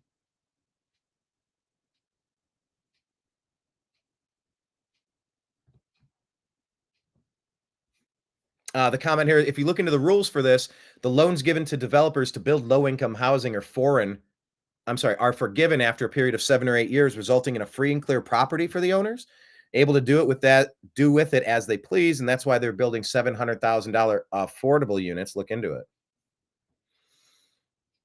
Yeah, you don't want low-income housing ruins your neighborhood. Low-income housing is Section 8. Low-income housing brings problems with it. You should be able to have neighborhoods free of, they say low rent people. Look, it's a shitty thing to say. It feels like you're being high and mighty. Having lived in a neighborhood for a decade and a half with 3 generations of people that have no money invested in the neighborhood, they don't care if it's maintained or not. There is a difference between a homeowner and someone who's on Section 8 Housing Authority assistance. Many great people. Please hear what I'm saying.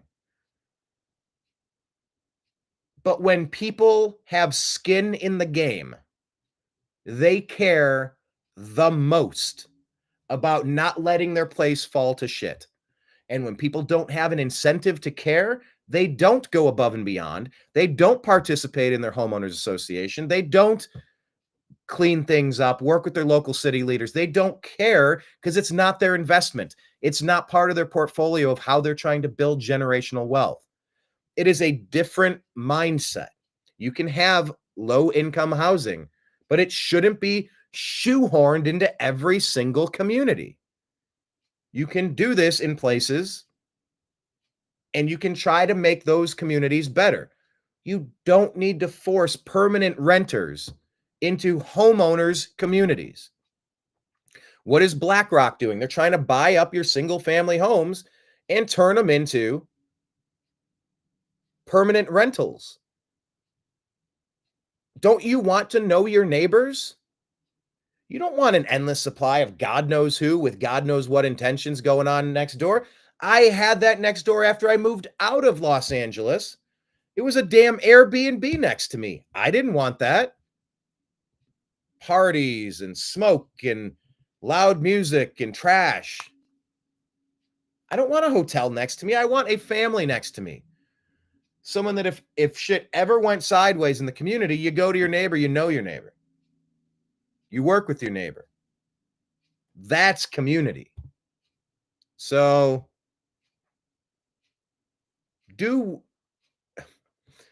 just keep that in mind as you see how Palisades is going to try to rebuild and how Maui is going to try to rebuild. Yeah. Low income housing. Affordable housing to replace older buildings and for new buildings where owners cannot definitively prove that their rental apartments had no low-income renters in the past 5 years. Dig in. It's a developing story. It's an important story. But I'm in favor of homeowners living in these communities. And by the way, why can't we just take out a loan without interest?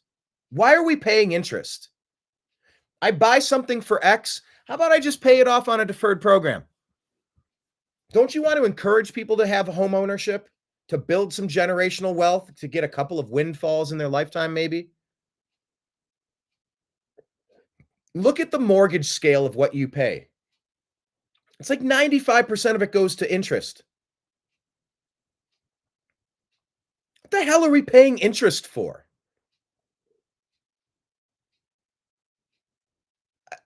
Imagine how much more money all of us would have if we didn't have to pay interest.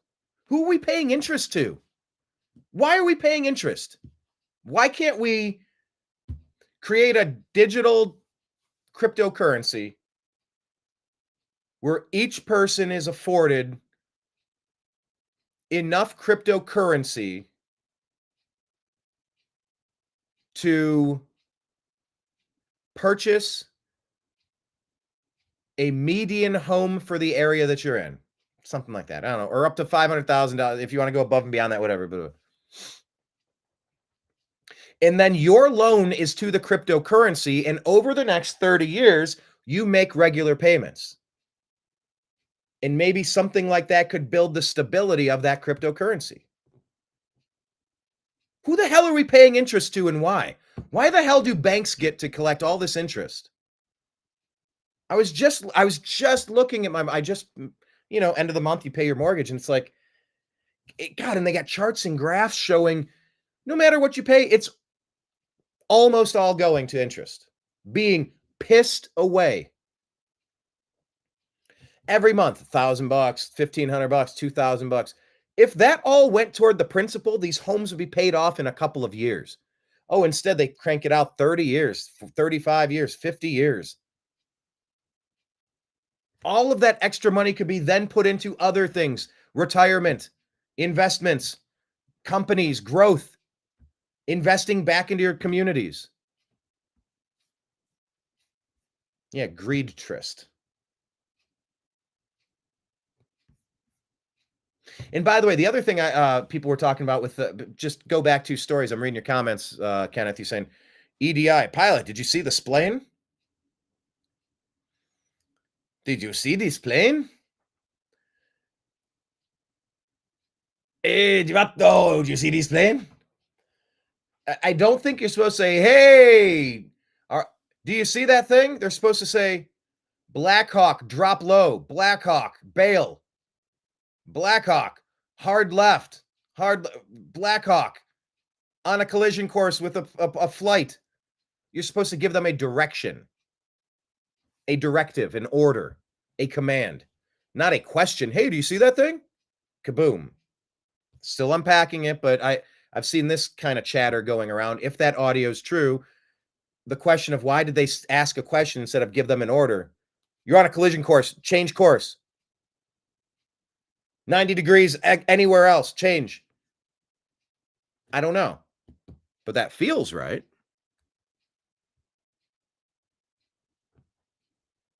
All right, let's play this. It's a CNN's biased narrative collapsing under facts. Watch the reel. Pause it. Here we go. Through this, because obviously there's confusion. Is this pause going to affect Medicaid? It does not affect any service that the government is required to provide. It does not affect any entitlement. It does not affect any service to citizens. It does not affect any individual benefit, any public assistance program, or anything of that nature. Okay, so that's very glad for the chance to explain what's going on here. In fact, I could actually give you some backstory I think you'd find very useful, Jake. So we found after the president had issued a pause on funding to NGOs that were settling illegal immigrants, we found that bureaucrats at HHS were trying to funnel billions more dollars to those resettlement agencies and try to get around the executive order. It became clear that bureaucrats were still trying to funnel unapproved discretionary grants of funds to their pet projects. So OMB, led by Russ Vought, felt it was necessary to protect taxpayer resources to issue clearer guidance establishing for these discretionary grants of funding that are not directed by Congress, that they go through a political approval process at the agency. So let's just walk through this, because obviously there's confusion. Is this pause going to affect Medicaid? It does not affect any. Okay, so yeah, there's just been a lot of misinformation. Oh, geez, I use the word that if you say it, you can't believe the next thing. There's been a lot of false reporting. I'll skip over this one, but this is a guy. This is a guy in the UK. They wanted to scan his face, and he's like, "Nah, man, I'm good." And then they issued him a fine for it. You pray for the UK. You got to fix what's happening in the UK. He says, "Look, this is Steve Bannon on War Room, Real America's Voice, talking about the deficit. It's a little heady stuff, but it's important stuff. I'm going to cut a $2 trillion deficit. I'm going to take $1 trillion out. Brother, we're with you. This is what I'd like to hear. The $1 trillion you promised right there. But it says fiscal year 26. Well, fiscal year 26 starts, I don't know, next October. We need those cuts now. It's 25. It's not 26. The only thing that matters is right now. Right now. 26 doesn't matter. 25 matters. And here's my point. We're going to go through this exercise of appropriations and all that, and somehow we're going to get to some jam. Trust me, they're going to back you into a corner. And sometime around March 19th, we're going to have a big old either kick the can down the road for a 1-year CR, or there'll be some omnibus. There's going to be something. You're not going to like it. So let me tell you right now, you're not going to like it. And you're going to be lighting guys up not to vote for it. We're going to have this whole thing. The House and Freedom Caucus and the War Room Posse, a bunch of troglodytes over there. Elon, and he's talking about $4 billion a week. Hey, I got it. I can do the math. $4 billion a week adds up to September 30th. The trend. I got it. I like it. I like directionally. Whatever you want to do is great, but I need it now. Can't wait till next year. In fact, it's intellectually absurd to even think of it. Why would we pass an appropriations now that has $1 trillion of things you want to cut next year, and we just do it this year? Just give me some top line. Yeah. Just give me some basics. Red meat. Just right now, get the Doge guys. They're smart. They work all night. Just get directionally. Just show me where you're going directionally. In 25. Now. We're not waiting. Can't wait. I love the fact it's $1 trillion. You're getting there. You committed to it. I want to see that now. And just as a... I agree. That's free advice, and take it for what it's worth. You can't kick the can down the road. You absolutely cannot. Let's go back to the firestorm of the other couple of days. And look, whether President Trump and the White House blinked or they didn't blink, whether they rescinded the memo but didn't rescind the content of the memo, that's not relevant. It is confusing. What is relevant is that the left thinks they got to win. They think for the first time they stood up, and here's how they stood up.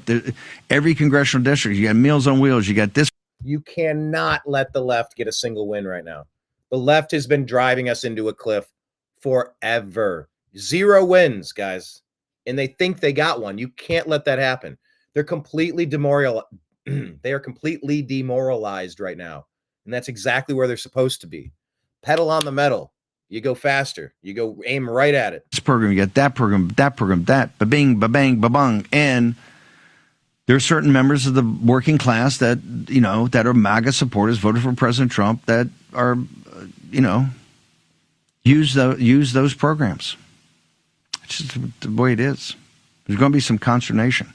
So you have to have the $4 billion a week is interesting because it adds up to $1 trillion, but the world doesn't work like that. I'd like the fact, and the math adds up, and I'm all good so far, but it doesn't work like that. Let me go back. It's programs and bills. It's not individual people. You did a buyout of government employees the other day. It may be legal, may not be legal. I kind of like you're rattling the cage. I like it. I kind of dig that. But let me make a recommendation. Where we got to start is we just passed an NDAA. It's $900 billion. President Trump's talking about a hemispheric defense. We're talking about a new order, a new geostrategic order, a new geoeconomic order. We're dumping 25% tariffs on our 2 biggest trading partners, or 2 of the 3. There's new thinking. Let me toss out an idea. That's it. I think I'd start at the Pentagon. He says, look, I'm going to cut a $2 trillion. Pentagon. I mean, that's that military-industrial complex for you. So, Bill Maher goes through seasons, and he's back, and he's cranking out content. But, now they're talking about this moment here. Kamala Harris on Saturday Night Live is the losing candidate. Bill's had stuff that he's been chewing on for a little while, and he's kind of getting to all these topics now. Saw Kamala was on Saturday Night Live, as the losing candidate often is. It worked so well for Hillary. Let's run that back. And it just made me think, I'm sure every single member of the Saturday Night Live cast was a Harris supporter. But what if one of them wasn't? What if one of those cast members was for Trump? Yeah. Would they have felt comfortable saying so? I really don't think so. They would have had to keep it to themselves. That's not a good place for us to be. I remember when... Bill, you're part of the reason why. You can talk shit about Trump. You can give him legitimate grief. But the hyperbolic, the hysteria that you've peddled to try to turn him into all sorts of things that he's not, you yourself have lit plenty of fires that you're now complaining have been burning out of control. Yeah, it's not good when this happens. So maybe you shouldn't be doing it. Yeah, I criticize Pelosi, Obama, Harris, Biden. They've earned it. There's plenty of stuff you could disagree with Trump on his policies. There's plenty of personal foibles, and he can act childish and talking shit and, mean tweets and stuff. Okay, you can hit that all day. But he shows you each and every year that he's prioritizing improving this country, which is something that's supposed to be an okay thing. The Democrats have shown that they don't prioritize the important stuff. They squander resources, and they cause intentional division. And so do you, Bill. That happens even more on the left. And I remember when Elon... All right, it does. It happens even more on the left. Elon Musk hosted, and this is well before he was a Trumper. This is 3 or 4 years. He was just the richest man in the world. Even the phrase Trumper, what? I don't know, really? And a number of the cast members on Saturday Night Live, they didn't want to deal with him. They didn't exactly boycott, but they made it plain. And I was thinking, really? You have Elon Musk on your show for a week. You could talk to one of the most interesting, brilliant people the world has ever produced. even about this issue that bothers you so much, that he's so rich and. Yes. If you have the chance to go to the White House, why would you boycott it? Because President Trump's there, these sports teams. Give me a break. If you have a legitimate gripe, go there, shake his hand. When I met Piers Morgan, you know what came out of my mouth? And this was super risky for me. I need to reach out to Piers Morgan. This was risky to me because I was working a private event. It was the Oscars. It was the Vanity Fair Oscar party. And Piers Morgan came up, and I was bartending, and I said, got him a drink. And I had just been railing. I'd been talking about him on my show, on the Agree to Disagree show that week. And for a couple months before that, he was really on the anti-gun stuff.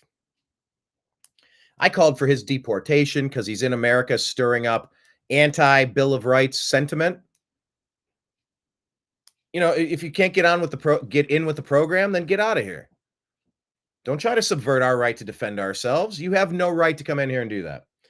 But I did like that he kept talking about it on the show, and I thought that his guests were owning him. And I thought that the more it was talked about, the better our case came out. Because he wasn't winning the arguments. He was losing the arguments. And so I gave him his drink, and I said, you know what? I just want to say that I completely disagree with you on your views on the Second Amendment. But I do appreciate that you're having the conversations on your show so that we can talk about it. We need to have more conversation. He goes, thank you. Thank you so much. He goes, I appreciate that. He goes, you know, even if we disagree, we should be having more conversations. I appreciate that. Thank you so much. And he reached out. He shook my hand. Look, I approached him like a man. I didn't lead with an insult. Hey, soy boy, get your commie crap out of here. Like, that's an instant way to just, then you can't even hear the next stuff that happens. And yes, sometimes Trump leading it with the wrong foot ends up in those spots, of course. But he appreciated that. And that is exactly what we need to do. You have the chance to go to the White House and talk to President Trump, and you got a serious complaint about something, shake his hand and go, sir, the thing you did on the thing, I completely disagree with that. I think what I would have liked to have seen happen was if you had done this thing that I thought of, because I thought it would have fixed because of that. President Trump listens. Elon Musk listens. You don't get to certain positions of power without listening. And look, I try to employ that same strategy. It's why I include you in my show. I like the feedback. I like that dynamic of, I don't know what's going to come in next, but they listen. And that's what Vivek Ramaswamy told Dave Smith on stage with Clint Russell at the Libertarian Convention in DC.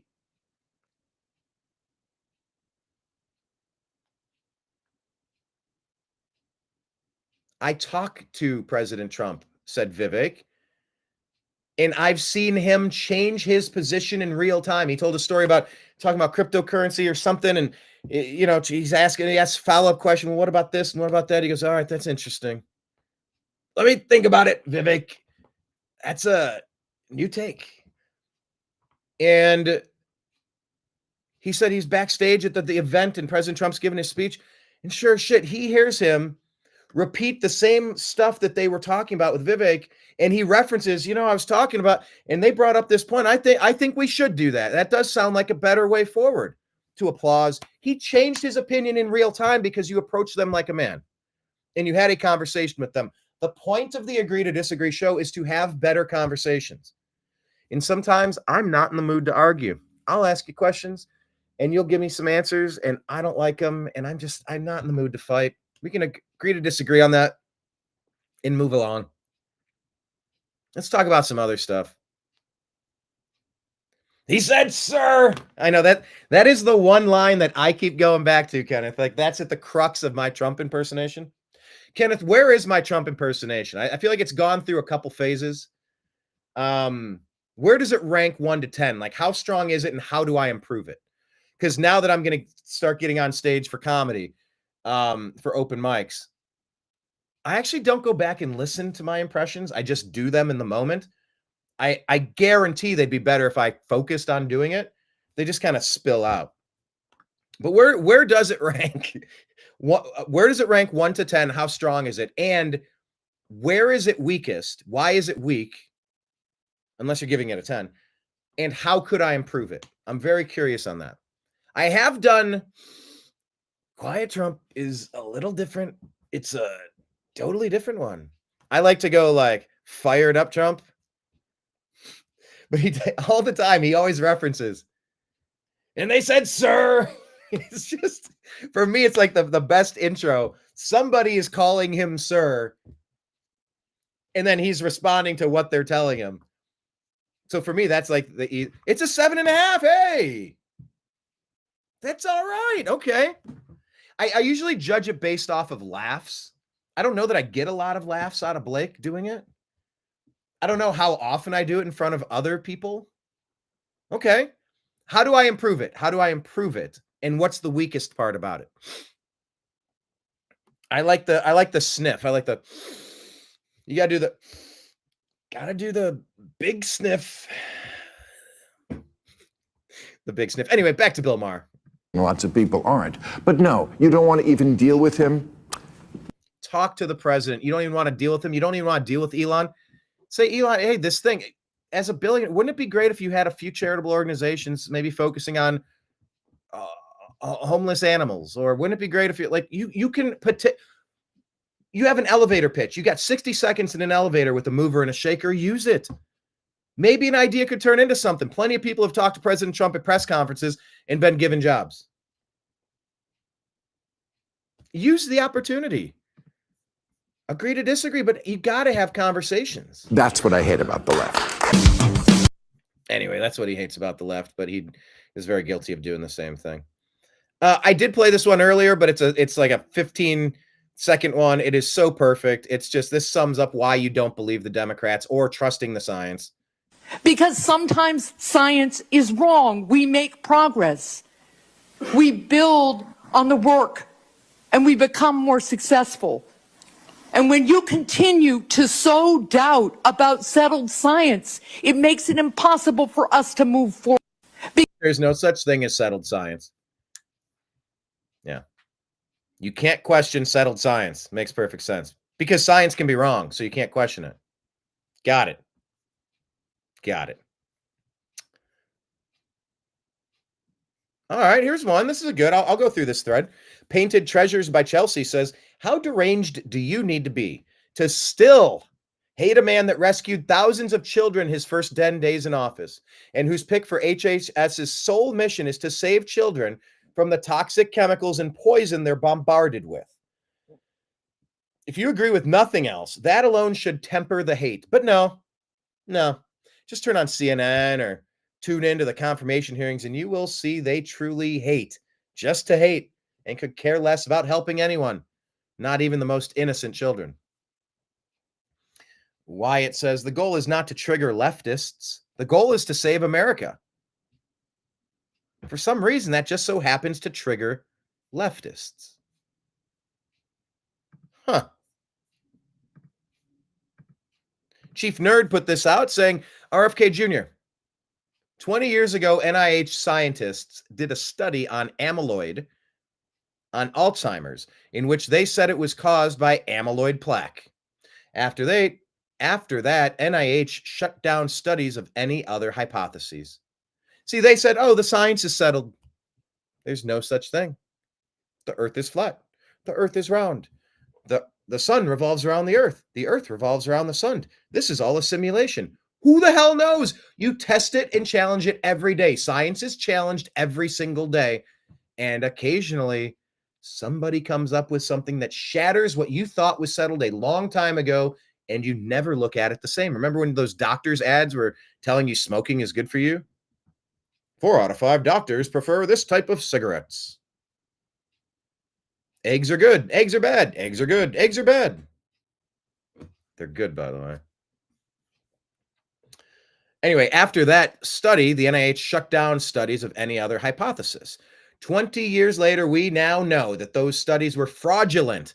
The NIH has funded 800 studies on a fraudulent hypothesis, and we've lost 20 years in figuring out how to cure Alzheimer's. And that's just one example. I could give you hundreds, and we need to end that. Agreed.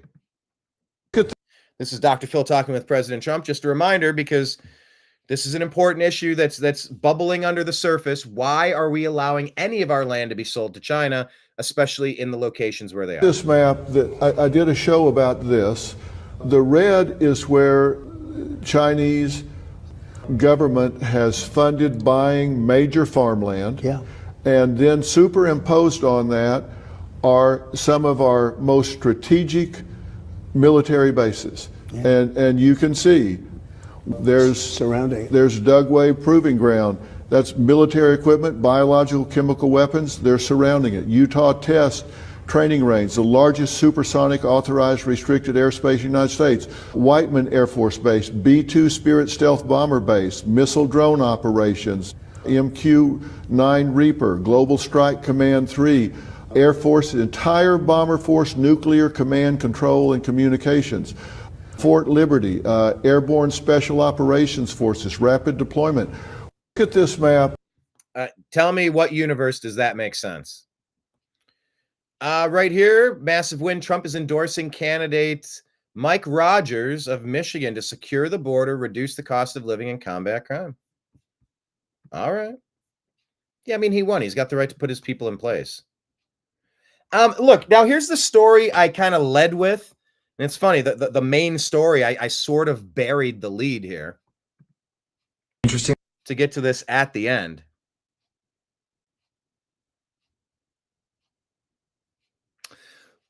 Do we have the names of all the people who perished on the helicopter now? I'm trying to figure this out, but Gentry Gevers, it puts this out saying Joe Ellis is responding to the internet, clarifying that he was not the pilot.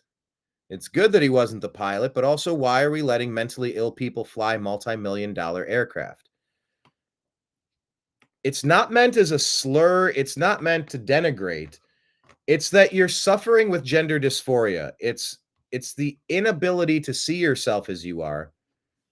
If you can't see the road for what it is, should you be driving? You need corrective lenses, or I don't know. Should you be a pilot if you can't see through the windshield?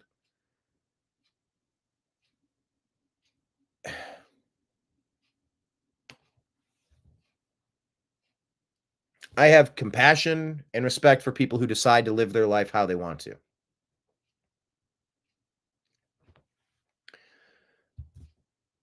Where is the balance? It is a diagnostic and statistical manual 5, DSM-5, illness. It is a mental illness. Gender dysphoria, seeing yourself as you are not. Maybe you feel pretty in a dress. Maybe it's not quite the mental disorder that should prohibit you from being in the military or flying aircraft. Maybe it is. I'm not entirely certain how to parse this out. But regardless, this person, this Joe Ellis, was identified by a lot of people saying that that was the pilot, and they made some questionable posts about transgender this, transgender that, and they might have intentionally taken that plane out and taken themselves out. But this is that person, and this is not accurate. Good morning. This is Joe Ellis. I am a Blackhawk pilot with Virginia Army National Guard. I understand some people have associated me with the crash in DC, and that is false. It is insulting to the families to try to tie this to some sort of political agenda. They don't deserve that. I don't deserve this. And I hope that you all know that I'm alive and well, and this should be sufficient for you all to end all the rumors. I also have a statement.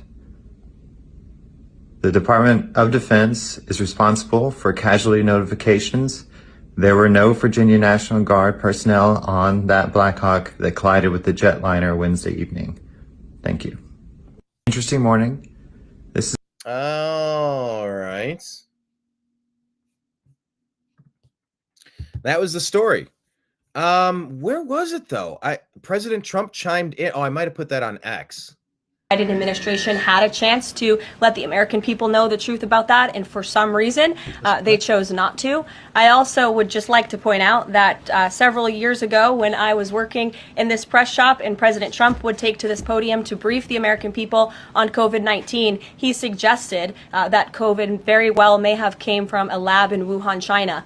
And don't say lab leak. I think it was intentional. I know it was intentional. And many members in this very room mocked him for that, said he was spewing conspiracy theories. He was not. We now know that to be the confirmable truth. It took many years for it to come out, but the president was right in this instance again. Biden administration. There you go. Something to keep in mind. Let me do this. Let me share, and I'll wrap this up. I'm going to do a fast dive into our X feed. There's a lot of news. Whoop. Why is it shaped like that? Is this going to work?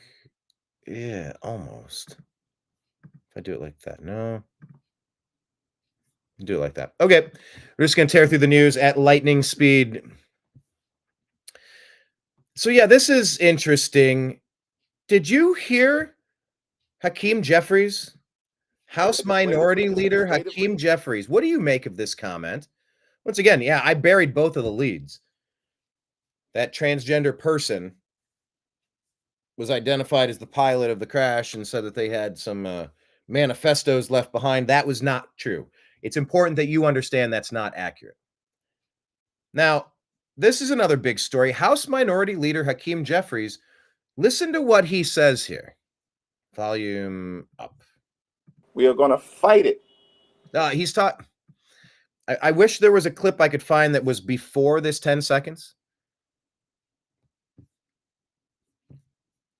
But it's referring to resisting Trump. We are going to fight it. Legislatively, we are going to fight it in the courts. And we're going to fight it in the streets. We are going to fight it in the streets. Does that sound like they're inciting violent insurgency? Or this lady says there needs to be unrest in the streets, and Kamala saying protesters should not let up. By the way, I'm not entirely certain these are attributed directly to these four people, but these are the things that were definitely said during the Summer of Love, where the Democrats set America on fire in an effort to make Trump look bad. I remember when Maxine Waters said, if you see anybody from that Trump cabinet in a restaurant, in a department store, at a gasoline station, you get out and create a crowd and you push back on them and you tell them they are not welcome anymore, anywhere. I do know that was a quote. And Pelosi, I just don't know why there aren't uprisings all over the country. Maybe there will be. Yeah, when you fund them. Yeah, Hakeem Jeffries needs to be put on the terror watch list. But that led to Laura Loomer saying this. One of the women in the video below of House Minority Leader Jeffries is a client of Judge Merchan's daughter. They're wearing a shirt for an organization, KAVI, a nonprofit organization called Kings Against Violence. According to the Instagram account, it's the same. The address is the same as a hospital, taxpayer funded. Why is a taxpayer funded hospital in New York sharing an office with a black social justice entity that promotes Marxism and is now participating in threats of violence against the Trump administration with Hakeem Jeffries? According to the mission statement, they operate youth violence interventions programs in central Brooklyn. How are they preventing violence when they're participating in a Jeffries press conference in which he's calling for violence in the streets to oppose Donald Trump's agenda? Seems like their 501c3 status should be revoked by the new Trump administration, and they should not be allowed to take up space in a public New York City hospital. Hey, that's a good question. Here's another good question. This might be the story of the day. I'm so glad I moved off Instagram and jumped over to this one. Make sure you're following the New American Media. We're at American_media_. And Thomas Massey just reintroduced H.R. 899. It's a one-sentence bill to terminate the Federal Department of Education and return power back to teachers and parents. This is it. The entire bill. H.R. 899, 109th Congress, first session. A bill to terminate the Department of Education. Be it enacted by the Senate and House of Representatives of the United States of America and Congress assembled. Section 1, termination of the Department of Education. The Department of Education shall terminate on December 31, 2026. Why are we waiting till 2026, though?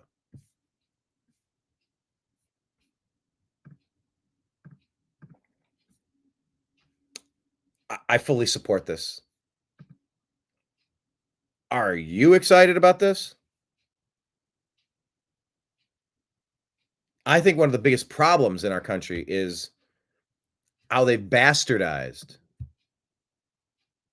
the education system. They're brain damaging humans to hate themselves, hate the country, hate reality. I'm all about it. That doesn't mean I'm against education. Once again, you go to send it to the states. Since we've enacted this, our scores have gone just plummeted. We've only had it since the 70s. You don't need to keep it. So yeah, make sure you're voting in our poll. We just put this out there at the beginning of the show. Agree or disagree that we should end the Federal Department of Education. Here's another story. Meta staffers, that's Instagram, Facebook, they're protesting to keep tampons in men's bathrooms. Men's bathrooms. Men who don't have a bleeding uterus. Makes no sense. Meta staffers are revolting over tampon removal from men's rooms. And they show up with their own. There you go. Oh, this was, you know what? Okay, I'm going to end on this one. I like ending on something comedic. If you haven't noticed, I love comedy. I love studying comedy. I want to do comedy. In a way I do on the show. I try to be entertaining, but I'm also trying to be infotainment. I'm trying to give you information as well. Okay. Let's go through this.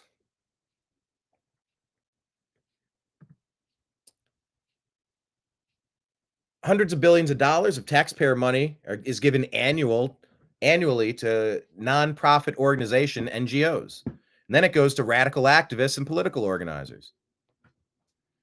Austin just voted to give more money to notorious leftist NGOs. How do you stop it? This has to stop. This woman here, check it out. It's on the X feed. Her child is one of 30 children in her class in Ireland, and she's the only Irish child. This is stupid, guys. This is... they all revert back to their own whatever language she doesn't communicate with her classmates. It's like she's sitting inside of an insane asylum. Sit inside an insane asylum. That's hard to say. Sit inside an insane asylum. Da da da da da da da da da. But that is heartbreaking, and you're losing your country to non-Irish people. This is not good. A little bit of assimilation and a little bit of new energy to a country, that can be really good. Flooding it and transforming it, bad. This says in Sweden, 79% of refugees, they have vacationed in their country that they fled from. Oh, okay. And terror in Sweden, there's war in the streets, there's been 30 bomb attacks. It's an invasion. It's a military occupation. Oh, check this out about Biden's pick to lead the FAA. He was a DEI hire who couldn't answer a single question about aviation. And this is in play because who are these people that are piloting these planes? So, Mr. Washington, can you quickly tell me what airspace requires an ADS-B transponder? Not sure I can answer that question right now. That's okay. We'll just keep going. So that's a pretty important part. So what are the 6 types of special use airspace that protect this national security that appear on FAA charts? Sorry, Senator, I cannot answer that question. Okay. So what are the operational limitations of a pilot flying under basic med. Senator, I'm not a pilot, so. But obviously, you'd oversee the Federal Aviation Administration. So, any idea what those restrictions are under basic med? Quickly. Well, some of the restrictions I think would be high blood pressure. Some of them would be. It's more like how many passengers per airplane, how many pounds in different categories, and what altitude you can fly under. So, and then amount of knots. It's under 250 knots. So, it's not have anything to do with blood pressure. So, can you tell me what? I mean, this person wouldn't pass a preliminary screening for an interview, let alone getting the job. Causes an aircraft to spin or to stall? Again, Senator, I'm not a pilot. Okay, let's keep going. What are the 3 aircraft certifications the FAA requires as part of the manufacturing process? Quickly, please. 3 aircraft certifications. Again, what I would say to that is that one of my first priorities would be to fully implement that Certification Act and report. You know the back to 3 this types, committee. Mr. Washington? The 3 No. types? Okay. Yeah, that's type certificate, production certificate, and airworthiness certificate. Okay. All right. Let's just keep going, see if we can get lucky here. So can you tell me what the minimum separation distance is for landing and departing airliners during the daytime, Mr. Washington? I don't want to guess on that, Senator. Are you familiar with the difference between Part 107 and Part 44809 when it comes to unmanned aerial standards? Unmanned like drones, are you familiar with the difference? Yes. Okay, you know the difference between those two, Part 44809 and Part 107? Do you know the difference there? No, I cannot. That's okay. Spell that out. I mean, Washington, come on. can you Where is the quickly tell- competency in our government? Okay, yeah, here's Marsha Blackburn with the Kash Patel one. What is this? Oh, yeah, here you go. This is a good... I didn't play this one on yesterday's show, so I will play this now. What's Also Brooks? That's her name? That's one word, Also Brooks? Okay. I'm just not familiar. Talking with RFK Jr. So here's the interaction.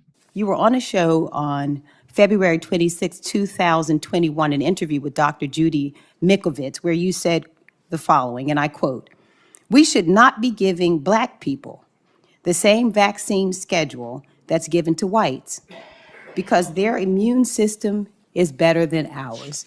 Can you please explain what you meant?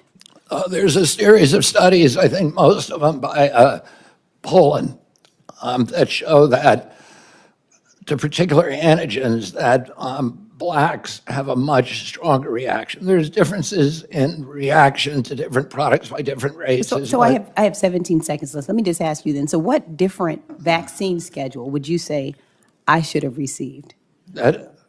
What different vaccine schedule should I have received? I mean, the Poland article suggests that Blacks need fewer antigens than. This is so so you get the dangerous. same measles vaccine. but Mr. Kennedy, with all due respect, that is so dangerous. Your voice would be a voice that parents would listen to. That is so dangerous. I will be The voting truth against is your nomination because science. your views are dangerous to our state and to our country. I mean, do you think science is dangerous, Senator? This is published peer-reviewed studies. I yield. Published peer-reviewed studies are dangerous. No, it's not. No, it's not. This is the thing I was trying to get to earlier. And, once again, show's a little disjointed, but that's how we roll. As we gather information, we put it out, different platforms. This is real Donald Trump saying the airplane was on a perfect and routine line of approach to the airport. The helicopter was going straight at the airplane for an extended period of time. It is a clear night. Highlighted. It is a clear night. The lights on the plane were blazing. Why didn't the helicopter go up or down or turn? Why didn't the control tower tell the helicopter what to do instead of asking if they saw the plane? This is a bad situation that looks like it should have been prevented. Not good. S25, this is CRJ in flight. S25, F1 is CRJ. This club has a aircraft in flight for separation. Here's the correspondence from the air traffic controllers, allegedly. 472 Washington Star 1 star 32017. You heard him exclaim in the background. They went, ooh. 472 American 3130, go around, turn left in 250, claim Anthony 3000.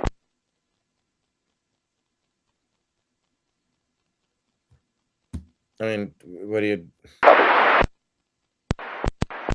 That's 250, 0G in flight. Asking if the helicopter pilot saw the plane instead of affirmatively instructing him to move out of the way. That's the point I was making earlier. Yeah, check out yesterday's show. This is a good one with Blake and I. Tulsi Kash and RFK Jr. confirmation hearings.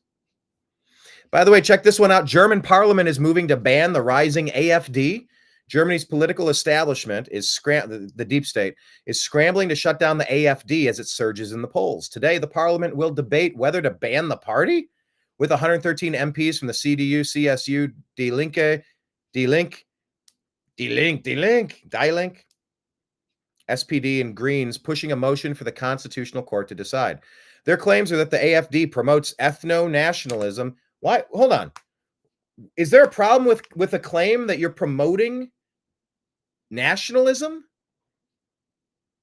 You're wanting the identity of your country to remain as it is? Okay. And challenging the status quo? They're also citing the 2023 Potsdam Conference, where AfD members discussed immigration, an issue that Berlin's elites prefer to control unopposed. And AfD is surging, polling second at 23%. And they just won Thuringia with 33%. Growing support with a strong stance on immigration and exposure to the government's economic and energy failures. So now, instead of competing fairly, the ruling parties want to silence it. Keep your eyes peeled on Germany, people. By the way, this is from Tulsi's confirmation hearing yesterday. Who did we say she looks like? An X-Man? Storm? Is that who she looks like with that streak in her hair? She looks like a comic book character, like in a good way. But this is important. We want people like this in charge of DNI, Director of National Intelligence, not the previous people who were abusing their power. The American people elected Donald Trump as their president not once but twice. And yet the FBI and intelligence agencies were politicized by his opponents to undermine his presidency and falsely portray him as a puppet of Putin. Title I of FISA was used illegally to obtain a warrant to spy on Trump campaign advisor Carter Page, using a Clinton campaign-funded false dossier as their so-called evidence. Biden campaign advisor Tony Blinken was the impetus for the 51 former senior intelligence officials' letter dismissing Hunter Biden's laptop as disinformation specifically to help Biden win the election. Yeah. Absolute money laundering, grift, and hundreds of thousands of dead because they pushed for that war in Ukraine. Former DNI James Clapper lied to this committee in 2013, denying the existence of programs that facilitated the mass collection of millions of Americans' phone and internet records. Illegal, highly illegal, civil rights violating, illegal, treasonous. Yet was never held accountable. Under John Brennan's leadership, the CIA abused its power to spy on Congress, to dodge oversight, lied about doing it until he was caught, and yet has never been held responsible. Under Biden, the FBI abused its power for political reasons to try to surveil Catholics who attend traditional Latin Mass, labeling them as quote-unquote radical traditionalist Catholics. Personally, just 24 hours after I criticized Kamala Harris and her nomination, I was placed on a secret domestic terror watch list called Quiet Skies. Sadly, there are more examples. The bottom line is this must end. This must end, agreed. So hopefully these things will happen. Here's President Trump commenting on the crash of the helicopter and the plane. It's all under investigation. I understand that. That's why I'm trying to figure out how you can come to the conclusion right now that diversity had something to do with this crash. Because I have common sense, okay? And unfortunately, a lot of people don't. We want brilliant people doing this. This is a major chess game at the highest level. When you have 60 planes coming in during a short period of time, and they're all coming in different directions, and you're dealing with very high-level computer work and very complex computers. And one of the other things I will tell you is that the systems that were built, I was going to rebuild the entire system, and then we had an election that didn't turn out the way it should have. But they didn't build the systems properly. They spent a lot of money renovating a system, spending much more money than they would have spent if they bought a new system for air traffic controllers, meaning the computerized systems. There are certain companies that do a very good job. They didn't use those companies. They used companies that should not have been doing it. No, I think it's very important to understand that for some jobs, and not only this, but air traffic controllers, they have to be at the highest level of genius. Okay. Best of the best, and sadly we haven't been doing that. The persistence here, Scott Pressler, go ahead and check out our interview on Rumble and YouTube where we met with Scott Pressler in Milwaukee at the Republican convention. He says, I will dedicate my time to defeating senators that do not confirm RFK Jr., even those that are Republican. May I remind you that our work helped defeat Bob Casey in Pennsylvania. I'll even take it a step further and work to defeat ranked choice voting in Alaska. Try me. Try me.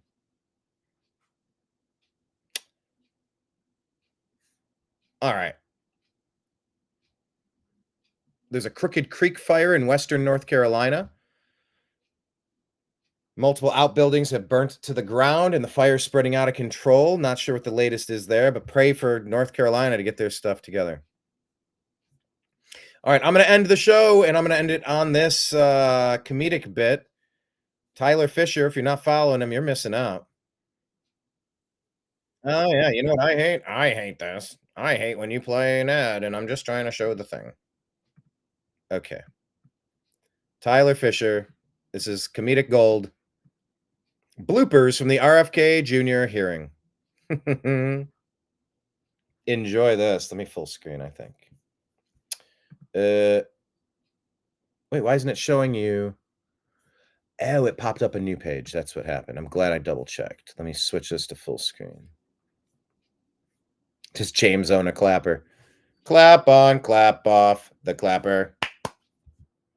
They said, sir, you'll spend more money renovating and redoing this old technology instead of the thing that I would have done, but the election, it didn't go how it should have gone. Don't make me elaborate. You know what I mean, but I'm not supposed to keep saying it. Hell, I'll say it. They rigged it and stole the election. Creepy Joe. They say Sleepy Joe, but he showers with Ashley. I say it's more creepy than sleepy. Anyway, there you go. Here is Tyler Fisher. More creepy than sleepy. Sir, do you think that men cannot have babies? Oh, I love this. This is Tyler Fisher doing all of these voices. Oh, this is great. Sir, do you think that men cannot have babies? I can see why they call you Pocahontas, because you're really poking me. Mr. Kennedy, do you support what is on these onesies? Look at these onesies. Available for $26.99, which is actually a pretty good deal. I can't say that I do, though. I think you would look pretty good in that, Bernie, because you're a little baby. I think you'd look good in that, Bernie, because you're a little baby. I love his RFK Jr. impression. Mine is more like Katharine Hepburn, but his is real, like spot on. Like listening to this, some of this feels way too close to real. It's hard to remember this is fake. Baby, my great-grandfather had a saying about people like you. He used to say, Hey, Mr. Kennedy, I heard you say that vaccines can cause autism. The science is not clear on that, but I can confirm whatever vaccines you took have caused full-blown mental retardation. That is racist. Why don't you go back in your wigwam and beat the crap out of your husband? You know what? Forget a dream catcher. We need a bullshit catcher to filter out all the crap she's throwing at me right now. Mr. Kennedy, do you support what is written on this thong? Available at thonglife.com for $20.99. Actually, a pretty good deal. I'm wearing two of them, actually. That is triggering. You look like the type of guy who goes down on his wife while wearing a COVID mask. That is not true. I grab her and look how I grab her boobs. 2 hands, nice and gentle. Of course, I sanitize them. Booster Canada, I've gotten all 47 booster shots. Sure, ow, my neck is paralyzed, but that's unrelated. Excuse me, I also poop my pants a few times a day. I don't think that's related to you. I'm anti-mask, but I really would love to put a mask on right now. Are you willing to say right here under oath that Lizzo is not a skinny, beautiful woman? Lizzo is definitely full of beauty. We'll leave it at that. Mr. Kennedy, do you support what is written in tattoos? Freak offs were the OG super spreader event. Don Puff Daddy's arm. I believe he goes by P. Diddy. Sorry, P. Diddy. And what about this woman who was not allowed into a lift because of her weight? I think we should have a new rideshare app for morbidly obese people, and we can call it Forklift. That is transphobic and racist. You're out of order. Out of order. Oh, I'm very triggered. Hey, that's very mean. Do you believe that vaccines cause autism? Somebody give me a diaper. No, this needs to stop. Hilarious. All right. Hilarious. Bravo. I love that. Kenneth, I hope you enjoyed that. Tyler Fisher is one of the best comics out there. Follow his work. Yeah, P, did he? Whew. All right. Happy Friday, everybody. Let's get out into society. Go meet some new people. Have some new conversations. Do some new things. Eat some new food. You only live one life. So work hard and enjoy yourself. Maybe in that order. Ah, Tyler Fisher. That's so good. I love that stuff. Okay. You know what happens here. This is where I tell you about the places to follow the New American Media. This is where Kenneth will say, bye, Z's. It's usually how it goes. All right. Check out the New American Media on Rumble. That's the New American Media. There's a profile and a page. Make sure you're linked up with the page. I'm not sure the difference even, but we were told to switch from the profile to the page, so we're doing that there. And we can do take super chats. That's pretty cool. So, hey, toss some coins in the wishing well. We appreciate that. Yeah, and share our content. One of the best ways to help our spread, one of the best ways to help the New American Media, help our shows, is to just share it. Find some other reasonable friends that you think, like if you watch this program and enjoyed it, think of 5 people that you think might like it and go, hey, here's a show we check out. It's pretty good. Send it to them. Say, hey, check this out. Subscribe to them. Yeah, I think you'll like it. Maybe that's all it'll take for this to spread like wildfire in a good way. We're also the Agree to Disagree Show podcast on Spotify and Apple Music, I believe, and also the Unhappy Hour Sports Show. The New American Media is on X at American_Media_. Instead of buy Z's, it's buy B's. They said, give me 3 B's for a nickel, they'd said. As was the custom at the time. Now, where was I? God, I haven't done a Grandpa Simpson voice in a while. Haven't done that in a while. I can feel it right there. So we're on X at American_Media_. 3 other places to follow us on X. At Browns Family Doc. We put a Cleveland Browns document. Oh, I don't even know if it's pinned to the top of there. Let me write that down. Make sure. Pin Browns Family Doc to X. There we go. Browns Family Doc and the Unhappy Hour _ and TNAM Football. TNAM Football. We did our show a couple days ago with Mike Barra about the Super Bowl between the Kansas City Chiefs in the EGLSES. Tied an onion on your belt. as was the custom at the time. Now, where was I?